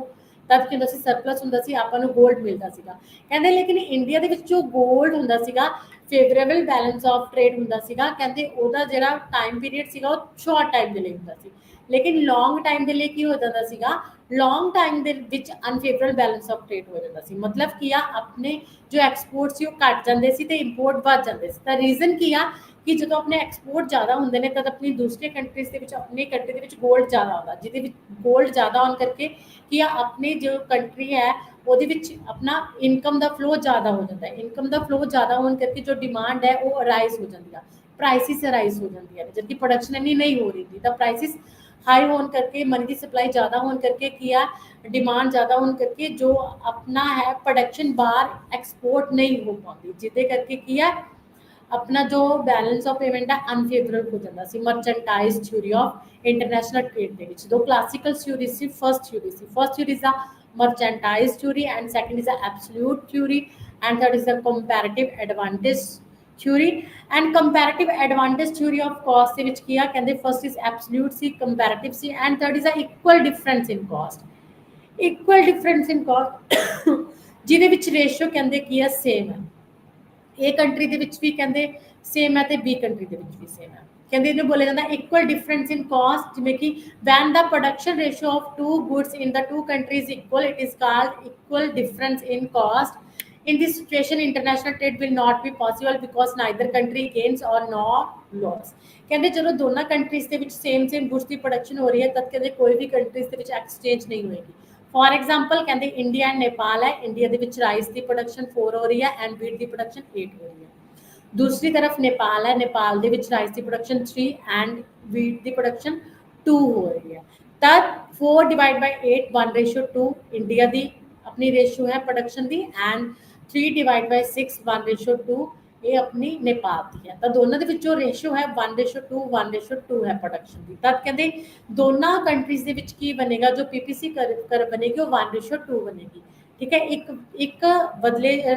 ਕੁਇੰਟਲ ਰਾਈਸ ਦੇ ਬਦਲੇ ਉਹ 2 ਕੁਇੰਟਲ ਵੀਟ ਪ੍ਰੋਡਿਊਸ ਕਰ ਸਕਦੀਆਂ ਨੇ। ਤਾਂ ਦੋਨਾਂ ਕੰਟਰੀਜ਼ ਦੇ ਵਿੱਚ ਰਾਈਸ ਤੇ ਵੀਟ ਦੀ ਪ੍ਰੋਡਕਸ਼ਨ ਸੇਮ ਹੋ ਰਹੀ ਹੈ। ਤਦ ਫਿਰ ਕਹਿੰਦੇ ਕੀ ਹੋਏਗਾ, ਦੋ ਕੰਟਰੀਜ਼ ਨੇ ਉਹਨਾਂ ਦੇ ਵਿੱਚ ਐਕਸਚੇਂਜ ਨਹੀਂ ਹੋਏਗੀ। तब criticism किया, criticism of the theory of comparative cost। ਕਹਿੰਦੇ ਜੋ ਆਪਣੇ ਮਾਡਰਨ ਇਕਨੋਮਿਸਟ ਨੇ, ਜੋ ਥਿਊਰੀ ਆਪਾਂ ਨੈਕਸਟ ਲੈਕਚਰ ਦੇ ਵਿੱਚ ਕਰਾਂਗੇ, ਹੈਕਸ਼ਰ ਓਲਿਨ, ਤਾਂ ਉਹਨਾਂ ਨੇ ਕ੍ਰਿਟਿਸਾਈਜ਼ ਕੀਤਾ ਹੈ ਕੰਪੈरेटिव ਥਿਊਰੀ ਨੂੰ। ਕੀ ਕਹਿ ਰਹੇ ਨੇ ਉਹ, ਓਨਲੀ ਅ ਨੋਰਮੈਟਿਵ ਥਿਊਰੀ। ਕਹਿੰਦੇ ਰਿਕਾਰਡੋ ਦੀ ਜਿਹੜੀ ਥਿਊਰੀ ਹੈ ਕੰਪੈरेटिव cost ਥਿਊਰੀ ਹੈ, ਨੋਰਮੈਟਿਵ ਥਿਊਰੀ ਹੈ। ਕਹਿੰਦੇ it does explain as to how economic welfare can be promoted as a result of international trade, how the resources of the country can be put to the optimum use। ਕਹਿੰਦੇ ਇਹਨਾਂ ਨੇ ਕੁਛ ਨਹੀਂ ਦੱਸਿਆ, ਇਹਨਾਂ ਨੇ ਵੈਲਫੇਅਰ ਮਾਡਲ ਨੂੰ describe ਨਹੀਂ ਕੀਤਾ, ਇਹਨਾਂ ਨੇ ਸਿਰਫ ਪ੍ਰੋਫਿਟ ਦੱਸਿਆ ਹੈ, ਸਰਪਲਸ ਦੱਸਿਆ ਹੈ ਤੇ ਐਕਸਪਲੇਨ ਕੀਤਾ ਹੈ ਕਿ ਕਿੱਦਾਂ ਆਪਾਂ ਜਿਹੜੀ ਇੰਟਰਨੈਸ਼ਨਲ ਟ੍ਰੇਡ ਪੋਸੀਬਲ ਹੈ, ਕਿ ਇੰਟਰਨੈਸ਼ਨਲ ਟ੍ਰੇਡ ਦਾ ਰੀਜ਼ਨ ਕੀ ਹੈ। ਕਹਿੰਦੇ ਜਦਕਿ ਇੰਟਰਨੈਸ਼ਨਲ ਟ੍ਰੇਡ ਦੇ ਕਹਿੰਦੇ ਪੋਜ਼ਿਟਿਵ ਤੇ ਇਫੈਕਟ, ਜਿਹੜੇ ਨੈਗੇਟਿਵ ਇਫੈਕਟ ਨੇ ਆਪਣੀ ਇਕੋਨਮੀ ਤੇ ਪੈਂਦੇ ਨੇ, ਆਪਣੀ ਇਕੋਨਮੀ ਨੂੰ ਚੇਂਜ ਕਰਦੇ ਨੇ। ਕਹਿੰਦੇ ਇਹਨਾਂ ਦੇ ਬਾਰੇ ਨਹੀਂ ਦੱਸਿਆ। Based on labour theory of value, ਕਹਿੰਦੇ ਇਹਨਾਂ ਨੇ ਸਿਰਫ ਕੀ ਬੋਲਿਆ ਹੈ, जबकि लेबर कहते सिर्फ आप प्रोडक्शन के लिए लेबर यूज करते हैं, लेबर का 1 यूनिट की है इंक्रीज करते हैं। ਕਹਿੰਦੇ ਤੇ ਉਹਨਾਂ ਨੇ ਬੋਲਿਆ ਕਿ ਲੇਬਰ ਦੀ ਜਿਹੜੀ ਮਾਰਜਨਲ ਪ੍ਰੋਡਕਟਿਵਿਟੀ ਉਹ ਵੀ ਸੇਮ ਰਹੇਗੀ ਤੇ ਲੇਬਰ ਨੂੰ ਹੀ ਆਪਾਂ ਪ੍ਰੋਡਕਸ਼ਨ ਦੇ ਲਈ ਯੂਜ਼ ਕਰਾਂਗੇ, ਜਦਕਿ ਕਹਿੰਦੇ ਮਾਡਰਨ ਟਾਈਮ ਦੇ ਵਿੱਚ ਸਿਰਫ ਪ੍ਰੋਡਕਸ਼ਨ ਦੇ ਲਈ ਲੇਬਰ ਨਹੀਂ ਯੂਜ਼ ਕੀਤੀ ਜਾਂਦੀ, ਲੇਬਰ ਦੇ ਬਦਲੇ ਜੋ ਹੈ ਕੈਪੀਟਲ ਇੰਟੈਂਸਿਵ ਟੈਕਨੀਕ ਵੀ ਯੂਜ਼ ਕੀਤੀ ਜਾਂਦੀ ਆ, ਜਿਹੜੇ ਅਦਰ ਫੈਕਟਰ ਆਫ ਪ੍ਰੋਡਕਸ਼ਨਸ ਨੇ ਉਹਨਾਂ ਦਾ ਵੀ ਪ੍ਰੋਡਕਸ਼ਨ ਤੇ ਇਫੈਕਟ ਪੈਂਦਾ ਹੈ। Next is immobility of labour and capital. ਕਹਿੰਦੇ ਇਹਨਾਂ ਨੇ ਬੋਲਿਆ ਹੈ ਕਿ ਜਿਹੜੀ ਕੈਪੀਟਲ ਤੇ ਲੇਬਰ ਹੈ ਆਪਾਂ ਉਹਨੂੰ ਇੱਕ ਕੰਟਰੀ ਤੋਂ ਦੂਸਰੀ ਜਗ੍ਹਾ ਤੇ ਮੂਵ ਨਹੀਂ ਕਰ ਸਕਦੇ, ਜਦਕਿ ਮਾਡਰਨ ਟਾਈਮ ਦੇ ਵਿੱਚ ਪੋਸੀਬਲ ਹੈ। With the help of transportation ਆਪਾਂ ਕੀ ਕਰ ਸਕਦੇ, ਜੋ ਸਰਵਿਸਿਜ਼ ਨੇ ਉਹਨਾਂ ਨੂੰ ਐਕਸਚੇਂਜ ਕਰ ਸਕਦੇ ਹਾਂ। ट्रांसपोर्ट कॉस्ट इग्नोर, इन्होंने जो बोलिया है कि कोई किसी भी तरह की कोई भी ट्रांसपोर्ट कॉस्ट नहीं होगी, इन्होंने टोटली ट्रांसपोर्ट कॉस्ट ਨੂੰ ਇਗਨੋਰ ਕੀਤਾ ਹੈ, ਜਦਕਿ ਕਿਸੇ ਵੀ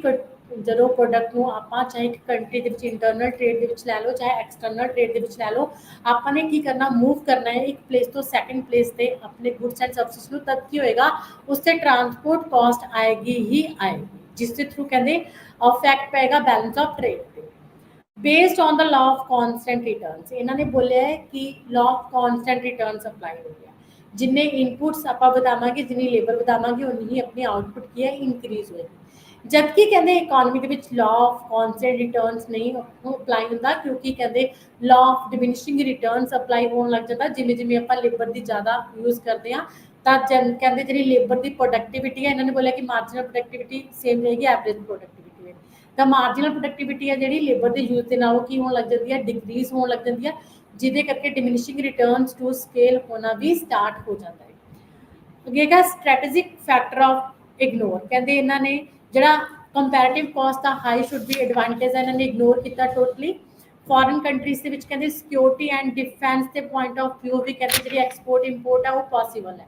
इंपॉसिबिलिटी ऑफ कंप्लीट स्पैशलाइजेशन, कहते इन्होंने जी स्पैशलाइजेशन है उन्होंने favourable unfavourable balance of trade की गल नहीं की, जिदे करके अपने national income income from abroad आती है, नैशनल इनकम कैलकुलेट होती है तो डिमांड इलास्टिक होती है, क्योंकि जेडे अपने जो आप बिजनेस करते हैं इंटरनैशनल ट्रेड से डिस्ट्रीब्यूट करते हैं वो थ्रू कहते जो भी ट्रेड होती है वह साडी इकोनॉमी से इफैक्ट पैंदा, प्राइसिस से इफैक्ट पैंदा, इनफ्लेशन डिफ्लेशन भी राइज होता। मोर दैन टू गुड्स, इन्होंने 2x2 का मॉडल दसिया कि 2 कंट्रीज एंड 2 गुड्स के ट्रेड, जबकि जी कंट्रीज ने डिफरेंट कंट्रीज हो सकती हैं, मोर दैन 2 गुड्स हो सकती हैं, तो जी गुड्स की प्रोडक्शन हो रही है कोई भी कंट्री के किसी भी 2 गुड्स की प्रोडक्शन नहीं होएगी, बहुत सारिया गुड्स की प्रोडक्शन पॉसीबल है। Based on the free trade, इन्होंने फ्री ट्रेड दसिया, इन्होंने बोलिया कि गवर्नमेंट की इंटरफेरेंस जरूरी नहीं है, गवर्नमेंट किसी भी तरह का गवर्नमेंट का कंट्रोल नहीं होता, जबकि इंटरनैशनल ट्रेड के गवर्नमेंट का फुली कंट्रोल होंदा, टैरिफ बैरियर्स होंदियां ने, इंपोर्ट एक्सपोर्ट कोटा फिक्स किया जाता है, प्रोडक्शन टैक्सिस होंदे ने जिन्होंने इन्होंने इग्नोर किया है। स्टैटिक कंडीशन, इन्होंने बोलिया कि 2 कंट्रीज के जो भी प्रोडक्शन कंडीशंस ने, टेस्ट एंड प्रेफरेंस पीपल्स की की रहेगी सेम रहेगी, जबकि अकॉर्डिंग टू टाइम जो टेस्ट एंड प्रेफरेंस है वो चेंज होती रहती है, डायनामिक कंडीशन है। वन साइडेड कहते जी रिकार्डो की थ्योरी है वन साइडेड थ्योरी है, ये सिर्फ कहते उन्होंने सप्लाई साइड लीती है, इन्होंने डिमांड साइड को टोटली इग्नोर किया कि दूसरी कंट्री किस चीज़ की डिमांड ज़्यादा कर। नैक्सट लैक्चर के आप नैक्सट थ्योरी करेंगे मॉडर्न थ्योरी हैक्शन ओलिन थ्योरी, तो अज जो अपने अपनी कंपैरेटिव एंड एब्सोल्यूट थ्योरी की सी वो इत्थे ही खत्म होंदी है। धन्यवाद।